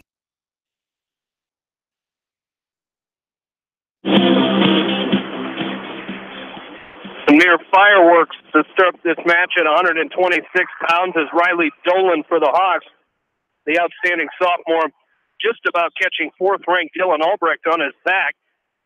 Dolan did get the 2-point takedown and no near fall, but quickly Albrecht was able to kind of shrug his shoulders a little bit, pop out behind and get the 2-point reversal. So 2-2 here. Now Cradle is locked up here by Dylan Albrecht, and that's kind of what we needed to see Evan Woods do earlier as Riley Dolan almost came out and was able to grab the head of Albrecht, but it's going to be a 3-point near fall for Dylan Albrecht. He goes up 5-2 here as he loses that cradle, and Dolan flattens out. You see that every once in a while, Jamie, with these high-ranked kids. They come out with the kid without a number in front of their name or behind their name, and they think they're gonna lay over for them. But that's one thing with the West Delaware program, and I'm assuming it's the same thing with Waverly-Shell Rock. It don't matter what you're ranked. If you're the first guy or the fourth guy in the lineup, you're going to come out here and you're going to give it your all, and you're not going to lay down for them. Absolutely. As here's Riley Dolan. It's going to be a cradle attempt again by Albrecht. He doesn't have it locked up yet, but he was kind of going. Looked like he was going for that cross-face cradle. As Albrecht leading Riley Dolan 5-2 here with 30 seconds left to go in this first period. West Delaware trails the dual meet 28-16. As again, we started at 152 pounds. As it was Bryson Hervel with a 6-4 win over Cale Meyer, and Mitchell Mangold out of the lineup for the Hawks here tonight at 160 pounds. It was Jacob Herman, ranked number 2 in Class 3A in the state, with a 3-2 win over Jared Voss at 170. Wyatt Volker with a 14-7 win over Gavin Wiedemeyer at 182. It was Jack Newhouse with a fall in 59 seconds over Darren Whiteside, 195. Waverly-Shell Rock answered with a fall of their own. Braden Wolf with a 2-minute, 34-second fall over Jordan Priest at 220. Ben Petland with a 5-0 win over Luke Walker. And then back-to-back falls for the Go-Hawks.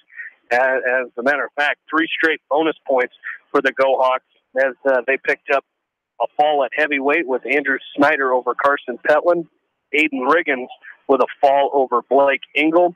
And Bailey Roybal with a fall over, a 19-6 major decision over Luke Farmer. And then Evan Woods countered with a 17-5 major decision over Zach Barnett. And here's a 2-point takedown now for Dylan Albrecht as we go to the second period. Again, our score 28-16. 28-16 in favor of the Go-Hawks here. As Albrecht is going to cut Dolan loose. And the Go-Hawks with 3 falls on the meet. West Delaware with just the 1. As here's Dolan doing a good job of fighting. And that's what you mentioned, not coming out here and just giving up. Just because, that's kind of the reverse of what you were just saying. Just because he's got a number before his name, like you said, he's not going to come out and just lay down. And Riley Dolan showed that early on in this match, just kind of coming out and getting the first takedown and almost catching Albrecht on his back. Minute left to go here, second period. Riley Dolan trailing 7-3 against 4th-ranked Dylan Albrecht of Waverly-Shell Rock. Riley's fighting here. He's not giving up these positions, That kid's this is a tough kid, and Riley is battling with him here. Of course, Riley filling in tonight. I believe Dave Lee Mowry won the wrestle-off between these two. And Riley Dolan filling here. As a matter of fact, I'm not sure I even saw Stavely here tonight. There he is. Yep, he is here tonight as filling in for him as get these guys. And that's the thing is the depth. Developing the depth this season is going to be really key for the Hawks, as we're seeing it already with Dolan being able to step in and fill in at 126 pounds. But here's Albrecht again with a 2-point takedown. He leads it now 9-3 with 6 seconds left to go here in this second period. As we'll go to the third period, and it'll be a 9-3 Dylan Albrecht lead. You go back to what you're saying about depth, and not to quote Iowa again, but Tom Brandt, he always said he loves that depth and who are you going to put out there? Who's the better wrestler? Because that just means you have just as good a guy, if not better, on the backside of the wrestler. Well, the Hawkeyes already finding out. Going to have to find out already their depth with the loss of Michael Kemmerer this season due to a season-ending knee surgery. As third period underway here, again 9-3, Dylan Albrecht leading Riley Dolan of West Delaware. Coming up at 132 pounds, it'll be another great matchup, as we'll see 7th-ranked in Class 2A Ryan Phillips. He'll be taking on 5th-ranked in Class 3A Evan Yant of Waverly-Shell Rock. The senior Phillips and the junior Yant will go at it. Then at 138, we'll see Mason Gillahan for the Hawks. He's a junior. Not sure who he will wrestle yet. As they have Ian Heisey listed. He's a returner from last year, but said he's still battling a injury from football season. And then at 145 pounds, we'll finish it off West Delaware with Jaden Payton and Caden Langrick from Waverly-Shell. As a minute left to go here in this third period, Riley Dolan trailing 9-3 is doing a good job here. Is Albrecht still trying to? We just talked about that. He's expended a lot of energy on top and really not gained anything trying to ride on top of Riley Dolan.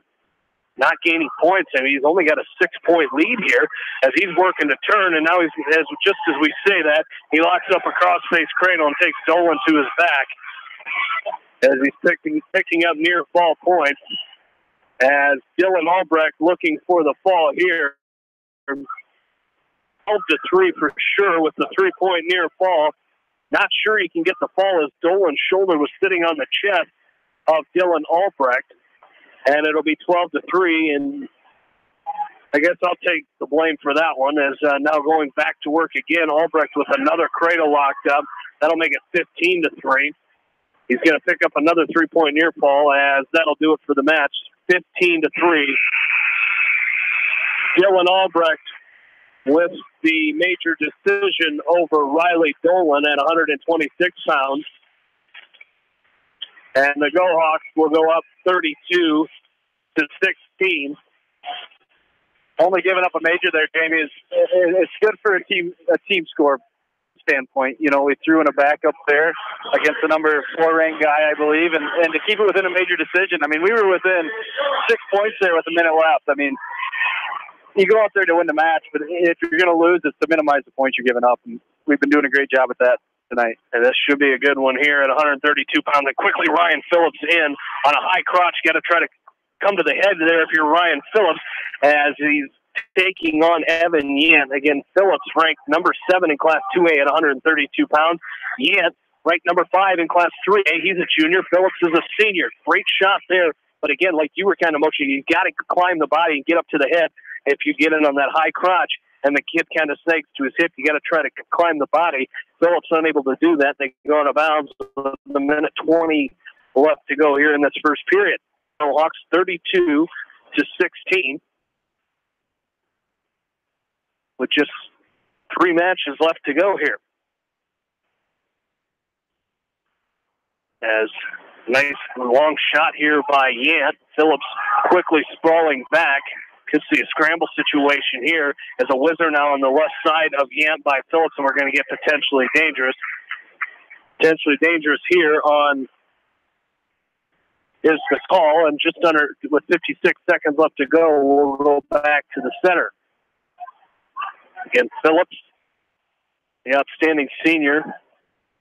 His season was cut kind of cut short, unable to wrestle at sectionals as he suffered a concussion at the Womack tournament last year, but came out strong at the state duels, helping lead the Hawks to a third-place finish at last year's state duels. And now there's these two trade shots here as Phillips with a half-shot attempt was fought off by Yant, and then Yant shoots Phillips off the edge of the mat. He comes up, and Phillips is able to fight it off. They go out of bounds.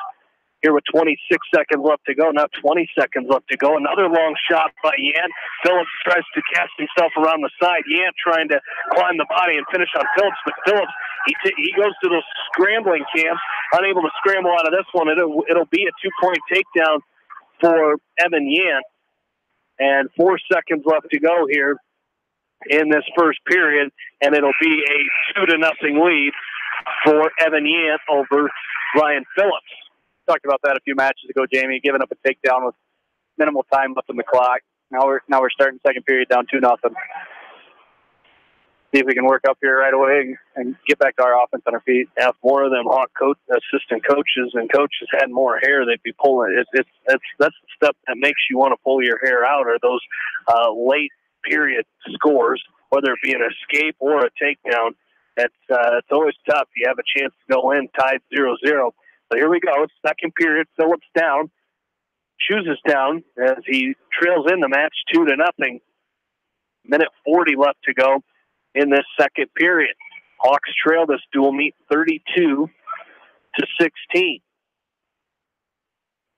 Waverly-Shell Rock's been really tough on top tonight, Jamie. They're applying a lot of pressure forward, inside wrist, and obviously cradles. We've seen that numerous times tonight. They're solid up top. As we mentioned, the Dallas Cowboys, they lead 13-0 at halftime. The Iowa women falling tonight as the ranked Iowa women fall to top-ranked Notre Dame. Thought you'd always like to see how you match up against the number one team in the nation, but Muffet McGraw's team tonight defeating the Iowa Hawkeyes 105-71. So the women falling tonight against Notre Dame. Still 2-0 here. Phillips still underneath of Evan Yant. As riding the right side now of Phillips is Yant. As really not a lot of action in this match in the second period. They came out and they traded shots and both did a great job in that first period, but really kind of slowed to a snail's pace here in this second period. And now we're going to get a stoppage here. It's hard to believe someone would be bleeding with the lack of action that we saw in that going on, but it is, it's going to be Ryan Phillips. Looks like he might have had his nose bounce off the mat there. So 13 seconds left to go here in the second period. Again, Phillips trailing 2-0 and choosing down to start the second period. Like to see get some points here. Yeah, that's going to push West Delaware's hand here, when it comes to the third period decision. Do we stay on top or do we cut them and try to get a couple takedowns here to try to pull off a victory? As Phillips out of the blood corner now. I don't ever remember seeing West Delaware have this much blood. I think it's been us every time. You're right. It's been, I think the very first match. I think Hervel might have had to go over, but then I think Cale Meyer ended up over there in that match as well. So you're right. It has been the Hawks in the blood corner ever since. As 12 seconds left to go here, as a hard switch by Phillips, unable. Nice job there by Yant, trying to come out. Phillips up to his feet, trying to score. That's what we talked about, trying to score here at the end of the period.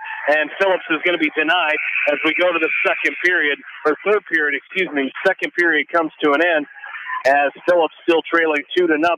It'll be Yant's choice, and he'll go down to start period number 3.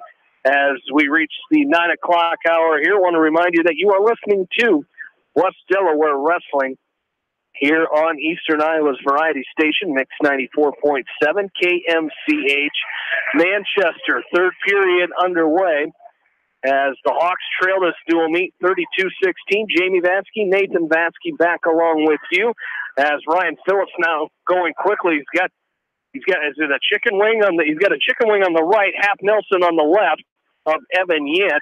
And this is a situation here, Nathan. How long do you ride Yant and try to turn him before you decide you want to cut him loose and try to score from your feet? Yeah, that's the million-dollar question as a coach is how long do you let it go? We got him in a pinning combination now. I mean, we could ride this out for a minute 17 and still lose 2-0, but it's hard to cut him when you got a chicken wing and a half here. And Ryan's coming out front here and he gives up the escape. Nathan, I've done it 1,000 times. As 3-0 is the lead, minute left to go, and that's kind of that time where you. That's usually when you kind of do that. Is you take that minute and that's kind of the time where hey maybe we got to let him go, but Yant right back in on a shot here as Phillips trying to fight it off. It's 3-0, 40 seconds left to go in this third period. 32-16. That's a tough situation too, Jamie. Like we were talking, now we're down 2-0, and you cut him and go down 3-0. Now you're down 2 takedowns, and wrestling a number 5 ranked kid here. The takedowns are tough to come by. As Yant picks up another takedown here, as there's 15 seconds left to go in this match, 5-0 the lead for Evan Yant. It was a good match. Ryan Phillips wrestled tough, but he's going to fall in this one as he tries to roll out in kind of a little desperation roll here by Phillips, and that's going to do it. Ryan Phillips is going to lose this match 5-0, and the Go Hawks will now take a 35-16 lead in this dual meet, and that will salt it away for the Hawks. I mean, taking positives out of this match, we're right there on our feet. I mean, we gave up one takedown, and the last one I think was kind of a desperation thing. But obviously, working better, getting better on the bottom. I mean, maybe next time we'll go on our feet, try to stay even. But we got some good things looking on there. As we move up here to 100 and Caden Bibler. Caden Bibler, and it's going to be Mason Gillihan catches Bibler on his back to start the match. As a kind of a lateral drop there, he throws him, and it's going to be Mason Gillihan looking for the fall. He's got plenty of time. Now he's going to switch off to a half Nelson. Bibler doing a great job of fighting off. The Go Hawks, as I mentioned, it's salted this dual meet away. The Hawks cannot win with just 2 matches left to go in this dual meet, and a 1-point escape for Caden Bibler, the freshman, and another 2-point takedown for Mason Gillihan. So quickly, 2 takedowns for Gillihan. He leads at 7-1 with 1:10 left to go in this first period. Gillihan, the junior for the Hawks, saw a little bit of varsity action last season for West Delaware in his sophomore season. Coming out really tough there, Nathan. You know, he kind of caught him and threw him there, but did a great job going right back in and getting a traditional takedown. Now he's going to go to that cross-face cradle, looking to pin Bibler. He had him there, and Bibler did a great job of kicking out. It's going to be a 3-point near fall for Gillihan. He goes up 10-1 here with 40 seconds left to go. Now a half Nelson by Gillihan, and this one is tight. Mason Gillihan with that half Nelson locked up. As you might be careful of that shoulder there of Caden Bibler, as now he's going to switch off to a double chicken wing. I'm not sure how you get into a double chicken wing out of a half Nelson, but he does. And in 1 minute and 37 seconds, Mason Gillihan picks up a fall over Caden Bibler, and the Hawks add to their score. It's now 35-22 in favor of the Go Hawks, with just 1 match left to go. And this should be another good one. You've got 2 freshmen, 2 very talented freshmen coming up here, Jaden Payton and Caden Langrick. Someone told me earlier that these 2 wrestled a few times in middle school, splitting a pair of matches between the 2. Should be a good one here between Payton and Langrick.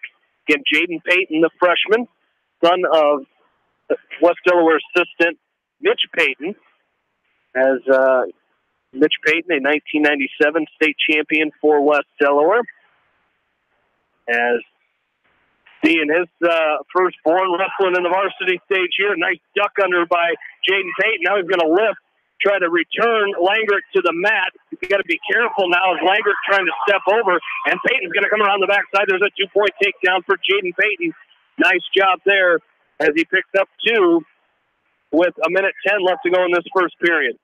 As a freshman wrestler coming in here, Jamie, obviously you want to win the dual meet, but it's kind of nice to get the pressure off you here and just to go out and wrestle and see what you got. Obviously you're wrestling an opponent you've wrestled before, and now you're just wrestling to wrestle now. Absolutely. As we mentioned, the Hawks cannot win this dual meet. So Jaden Payton, like you said, pressure's off here. As besides the pressure of your first ever varsity match, and we forgot to mention, Jack Newhouse was finally able to get rid of that pin belt and pass it off to Mason Gillihan as a butcher attempt here by Jaden Payton. He's trying to run that butcher across the face of Caden Langrick. And with 22 seconds left to go, and that's the one thing I like what Jaden's doing right now. He's very physical on top. Now he's going to run that butcher into a cross-face cradle and try to lock it up, as Langrick's going to try to circle out. 11 seconds left to go here in this first period. Payton gets high. He's got to try to scoot around the backside and trying to come back out on top, but it's going to be Langrick, and there it is again, Nathan. With 2 seconds left to go, the Hawks give up points, and that's going to tie the match 2-2. Yeah, Jane did a really good job there coming out and getting that first takedown. We just got to finish the period. Finish the period is right, as Jaden Payton going to choose down here to start this second period. As of course you mentioned how the wrestling family of West Delaware kind of how it kind of works. You know, Deb Payton went through this once with her boys, with Mitch and Ryan wrestling, and then of course Molly cheerleading, and now she's the cheerleading sponsor for this team, and now she's watching her grandsons wrestle on the varsity mat. So that's kind of how this works, and we've seen that many times before with different members of the wrestling families. Jaden Payton comes up to his feet. He does not get a one-point escape, but he dives right back in on the leg, looking to score here and pick up a two-point reversal on Caden Landgraf. As these two, as Payton going to go with an inside trip, pick up a two-point reversal. Jaden Payton leads the match now 4-2. Nice thrust in return to follow that right up. As Landgraf doing a good job of not sitting. He's going right back up to his feet, and Jaden doing a great job of following him there. Now he's got the cross body right in, the leg in on the right side of Landgraf. 55 seconds left to go, and Jaden Payton leading this match 4-2. Yeah, that's a tough thing to do there, Jamie, is you come out with that takedown and then have to follow it up right away with a lift and return. That's a great job by Landgraf there of continually wrestling, not giving up the takedown and then bellying out. He's working right back up. These are two solid freshmen, like you were saying.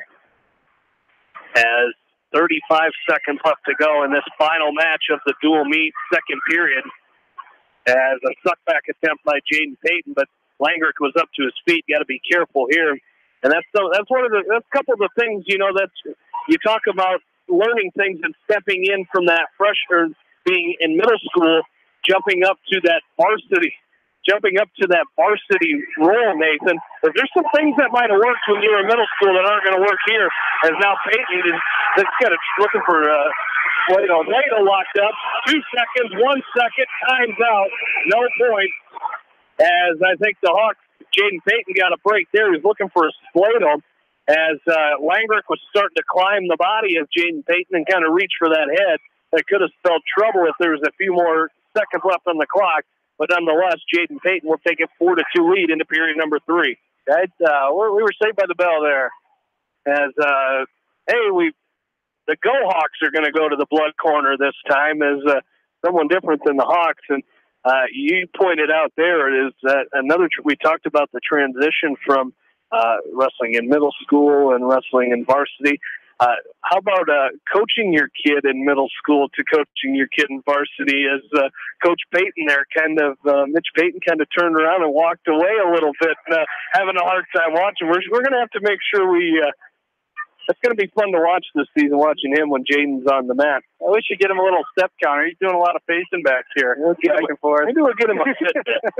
Get him a Fitbit and count his steps. As the third period now, as it's Landgraf's choice, he's going to choose down. As Payton chose down and got a reversal in that second period, Landgraf with a roll attempt here. Jaden Payton with a chicken wing on the left side.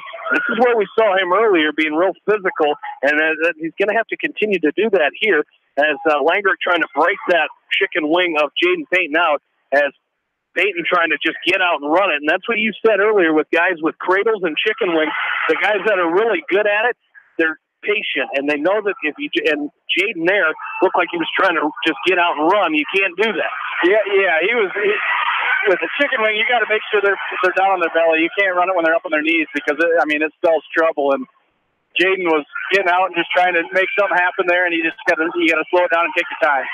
Double leg as Payton has both legs in now on Landgraf, trying to get him to turn over, and he might try to get it. He's kind of using that as leverage right here, but Payton really high right now. You hope Landgraf doesn't get up and start shaking him off.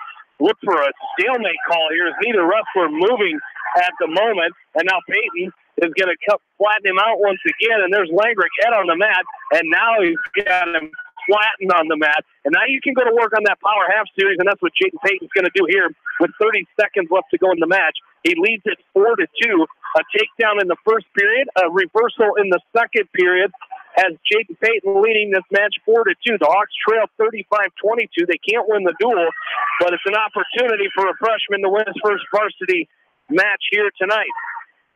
It would be the second time tonight a freshman winning his first match on varsity. And there it is. Jaden Payton will hold on, and he will win the match 4-2. And the Hawks will fall in the dual meet 35-25 here to open up the 2018-2019 season. As we will take a break, Nathan will add up some totals here, and we'll get you on your way here on this Thursday night. As we're back after this, you're listening to West Delaware Wrestling from KMCH Sports. At Three Rivers, our customers come first. Your business is very important to us. Our goal is to provide you with the best products and service that you have come to expect from Three Rivers. Visit our website at threeriversfs.com or the location nearest you. Three Rivers, your partner in growth solutions. You expect big hits on the field, but not on the road. So when the unexpected happens, call Krager Body Shop in Dyersville. They specialize in major and minor collision repair and frame straightening. For all of your auto body work, see Krager Body Shop in Dyersville. Citizen State Bank, your locally owned, community-minded, and customer-oriented bank, is here to serve you. Choose one of their 7 convenient locations in Winthrop, Monticello, Manchester, Ryan, Strawberry Point, Hopkinton, and New Vienna. Citizen State Bank, community banking with people you know, member FDIC. Put a little south in your mouth at Rockin' 5K Barbecue Shack in Manchester. You can't go wrong with any of their melt-in-your-mouth menu options. Dine in or call ahead for carry-out. Book them today to cater your next event. Rockin' 5K Barbecue Shack in Manchester. This is Jamie Vasky, the voice of the West Delaware Hawks, and I've had the chance to review the Good Neighbor Society's playbook, and I got to tell you, they are friends in your neighborhood, designing plays to get you home fast. If you need help getting back in the game, contact the Good Neighbor Society Rehab to Home team at 563-927-3907.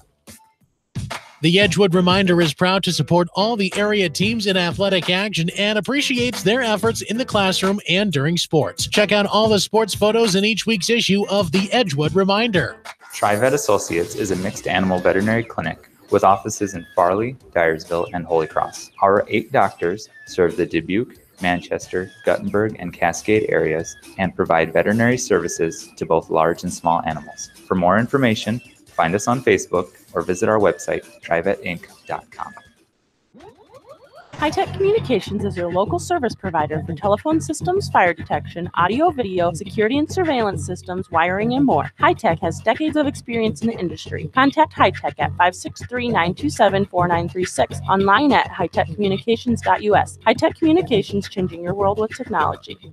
West Bend's home and highway policy provides you with one policy, one bill, one deductible, and one agent, all with no hassle and a portion of your annual premium back in cash if you don't have a claim. To find out more, contact your local West Bend agent, Eric Smith, at Parrott Insurance in Manchester at 927-2791.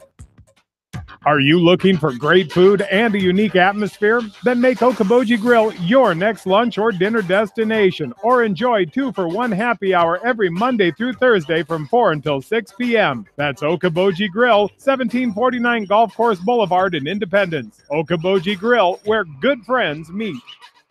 Whether a door needs replaced or building a new home, let S&R Construction of Masonville take care of you. S&R Construction is the expert in home improvement projects, gutters, siding, garages, remodeling, new home construction, and more. Call Steve Petland today at 319-361-0638 for a free quote.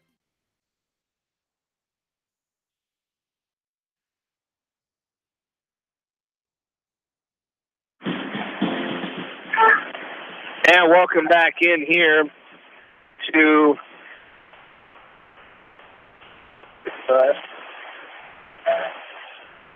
45? That sound about right? We'll call it that. Welcome back into Waverly. Sorry about that. As the West Delaware Hawks fall tonight 35-25 to the Go Hawks. Both teams ranked number 2 in their respective class according to the predicament. As the Hawks number 2 in Class 2A, the Go Hawks number 2 in Class 3A. As we started this dual meet off at 152 pounds, as it was Cale Meyer of West Delaware falling to 5th-ranked Bryson Herbal of Waverly-Shell 6-4. A good match wrestled there by Cale Meyer, filling in for Mitchell Mangold here tonight. At 160 pounds, it was 2nd-ranked Jacob Herman of Waverly-Shell with a 3-2 win over Jared Voss of West Delaware. That put the Go Hawks up 6-0. The Hawks got on the board at 170 pounds with West Delaware freshman Wyatt Volker with a 14-7 decision over Gavin Wiedemeyer, as that put put the Hawks on the board 6-3. Jack Newhouse gave the Hawks their first lead of the night by pinning Darren Whiteside in 59 seconds, giving the Hawks the 9-6 lead, as Waverly-Shell took back that lead at 195 as Braden Wolf with a fall in 2 minutes and 34 seconds over Jordan Breeze, giving the Go Hawks the 12-9 lead. At 220 pounds, it was Ben Petland with a 5-0 win over Luke Walker. That tied the duel at 12, but then the Go Hawks would regain the lead and never give it back again, as at 285 pounds, it was Andrew Snyder with a fall over Carson Petland in 5 minutes and 42 seconds. And then at 106, Aiden Riggins with a fall in 4 minutes and 39 seconds over Blake Ingold. That gave the Go Hawks at that point a 24-12 lead. They made it 28-12 with as it was Bailey Roybal from Waverly-Shell with a 19-6 major decision over Luke Farmer. And at 120, the Hawks answered with Evan Woods, a 17-5 major decision of his own over Zach Barnett. 126, Dylan Albrecht with a 15-3 major decision over Riley Dolan, making it 32-16. At 132, Evan Yant with a 5-0 win over Ryan Phillips. At 138, it was Mason Gillahan taking back the pin belt from Jack Newhouse with a fall in 1 minute and 37 seconds, making it 35-22. And then another West Delaware freshman, Jaden Payton, with a 4-2 win over Caden Langrick, making the final team score 35-25 in favor of the Go Hawks. In that dual meet, Waverly-Shell had 2 major decisions, West Delaware with just 1, as the Go Hawks had 21 takedowns, West Delaware with 15. 3 falls for Waverly-Shell, 2 for West Delaware, and Waverly-Shell won 8 matches.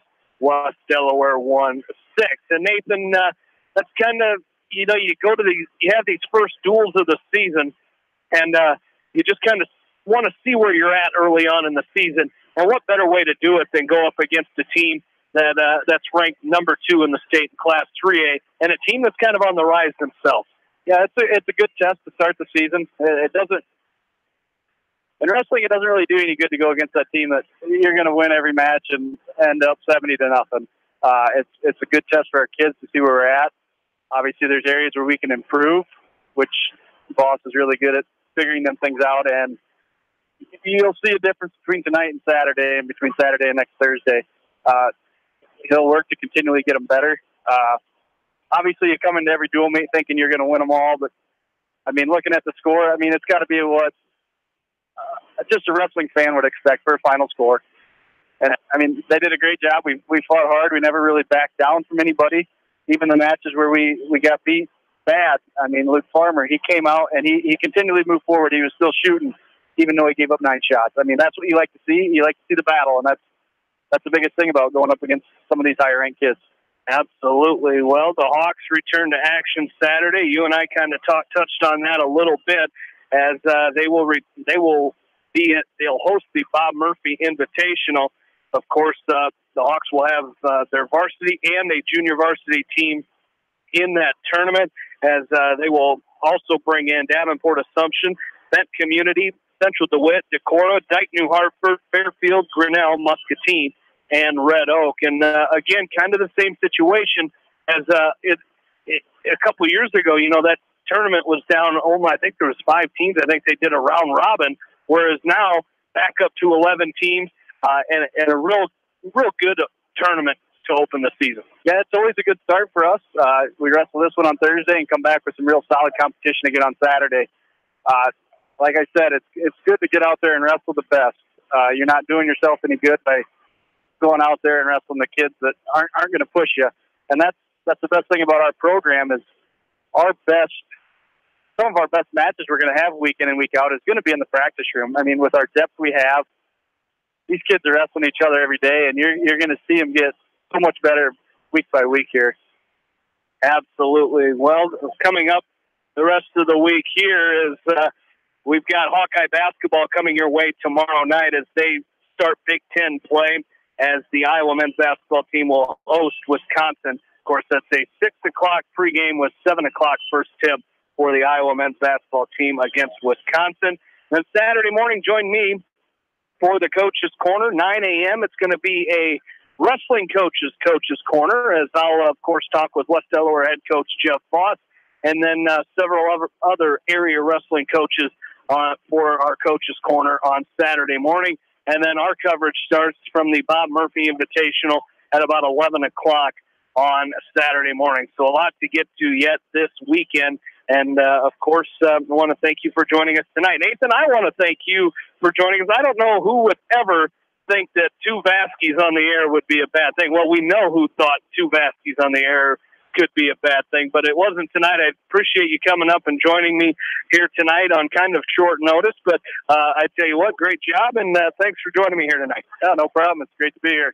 Well, that is going to do it for us, as we want to thank the sponsors of high school wrestling and West Delaware wrestling here on KMCH. Of course, without them, this broadcast would not be possible. And with the holiday season quickly approaching, we encourage you to please get out there and support the sponsors that allow us to bring you West Delaware wrestling here on KMCH. I want to thank in-studio producer Ashley Vick for running the board for us this evening.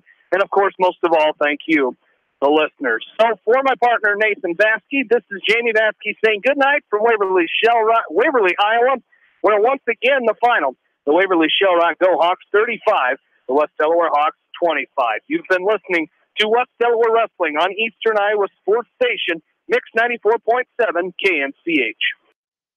Eastern Iowa's variety station, Mix 94.7 KMCH.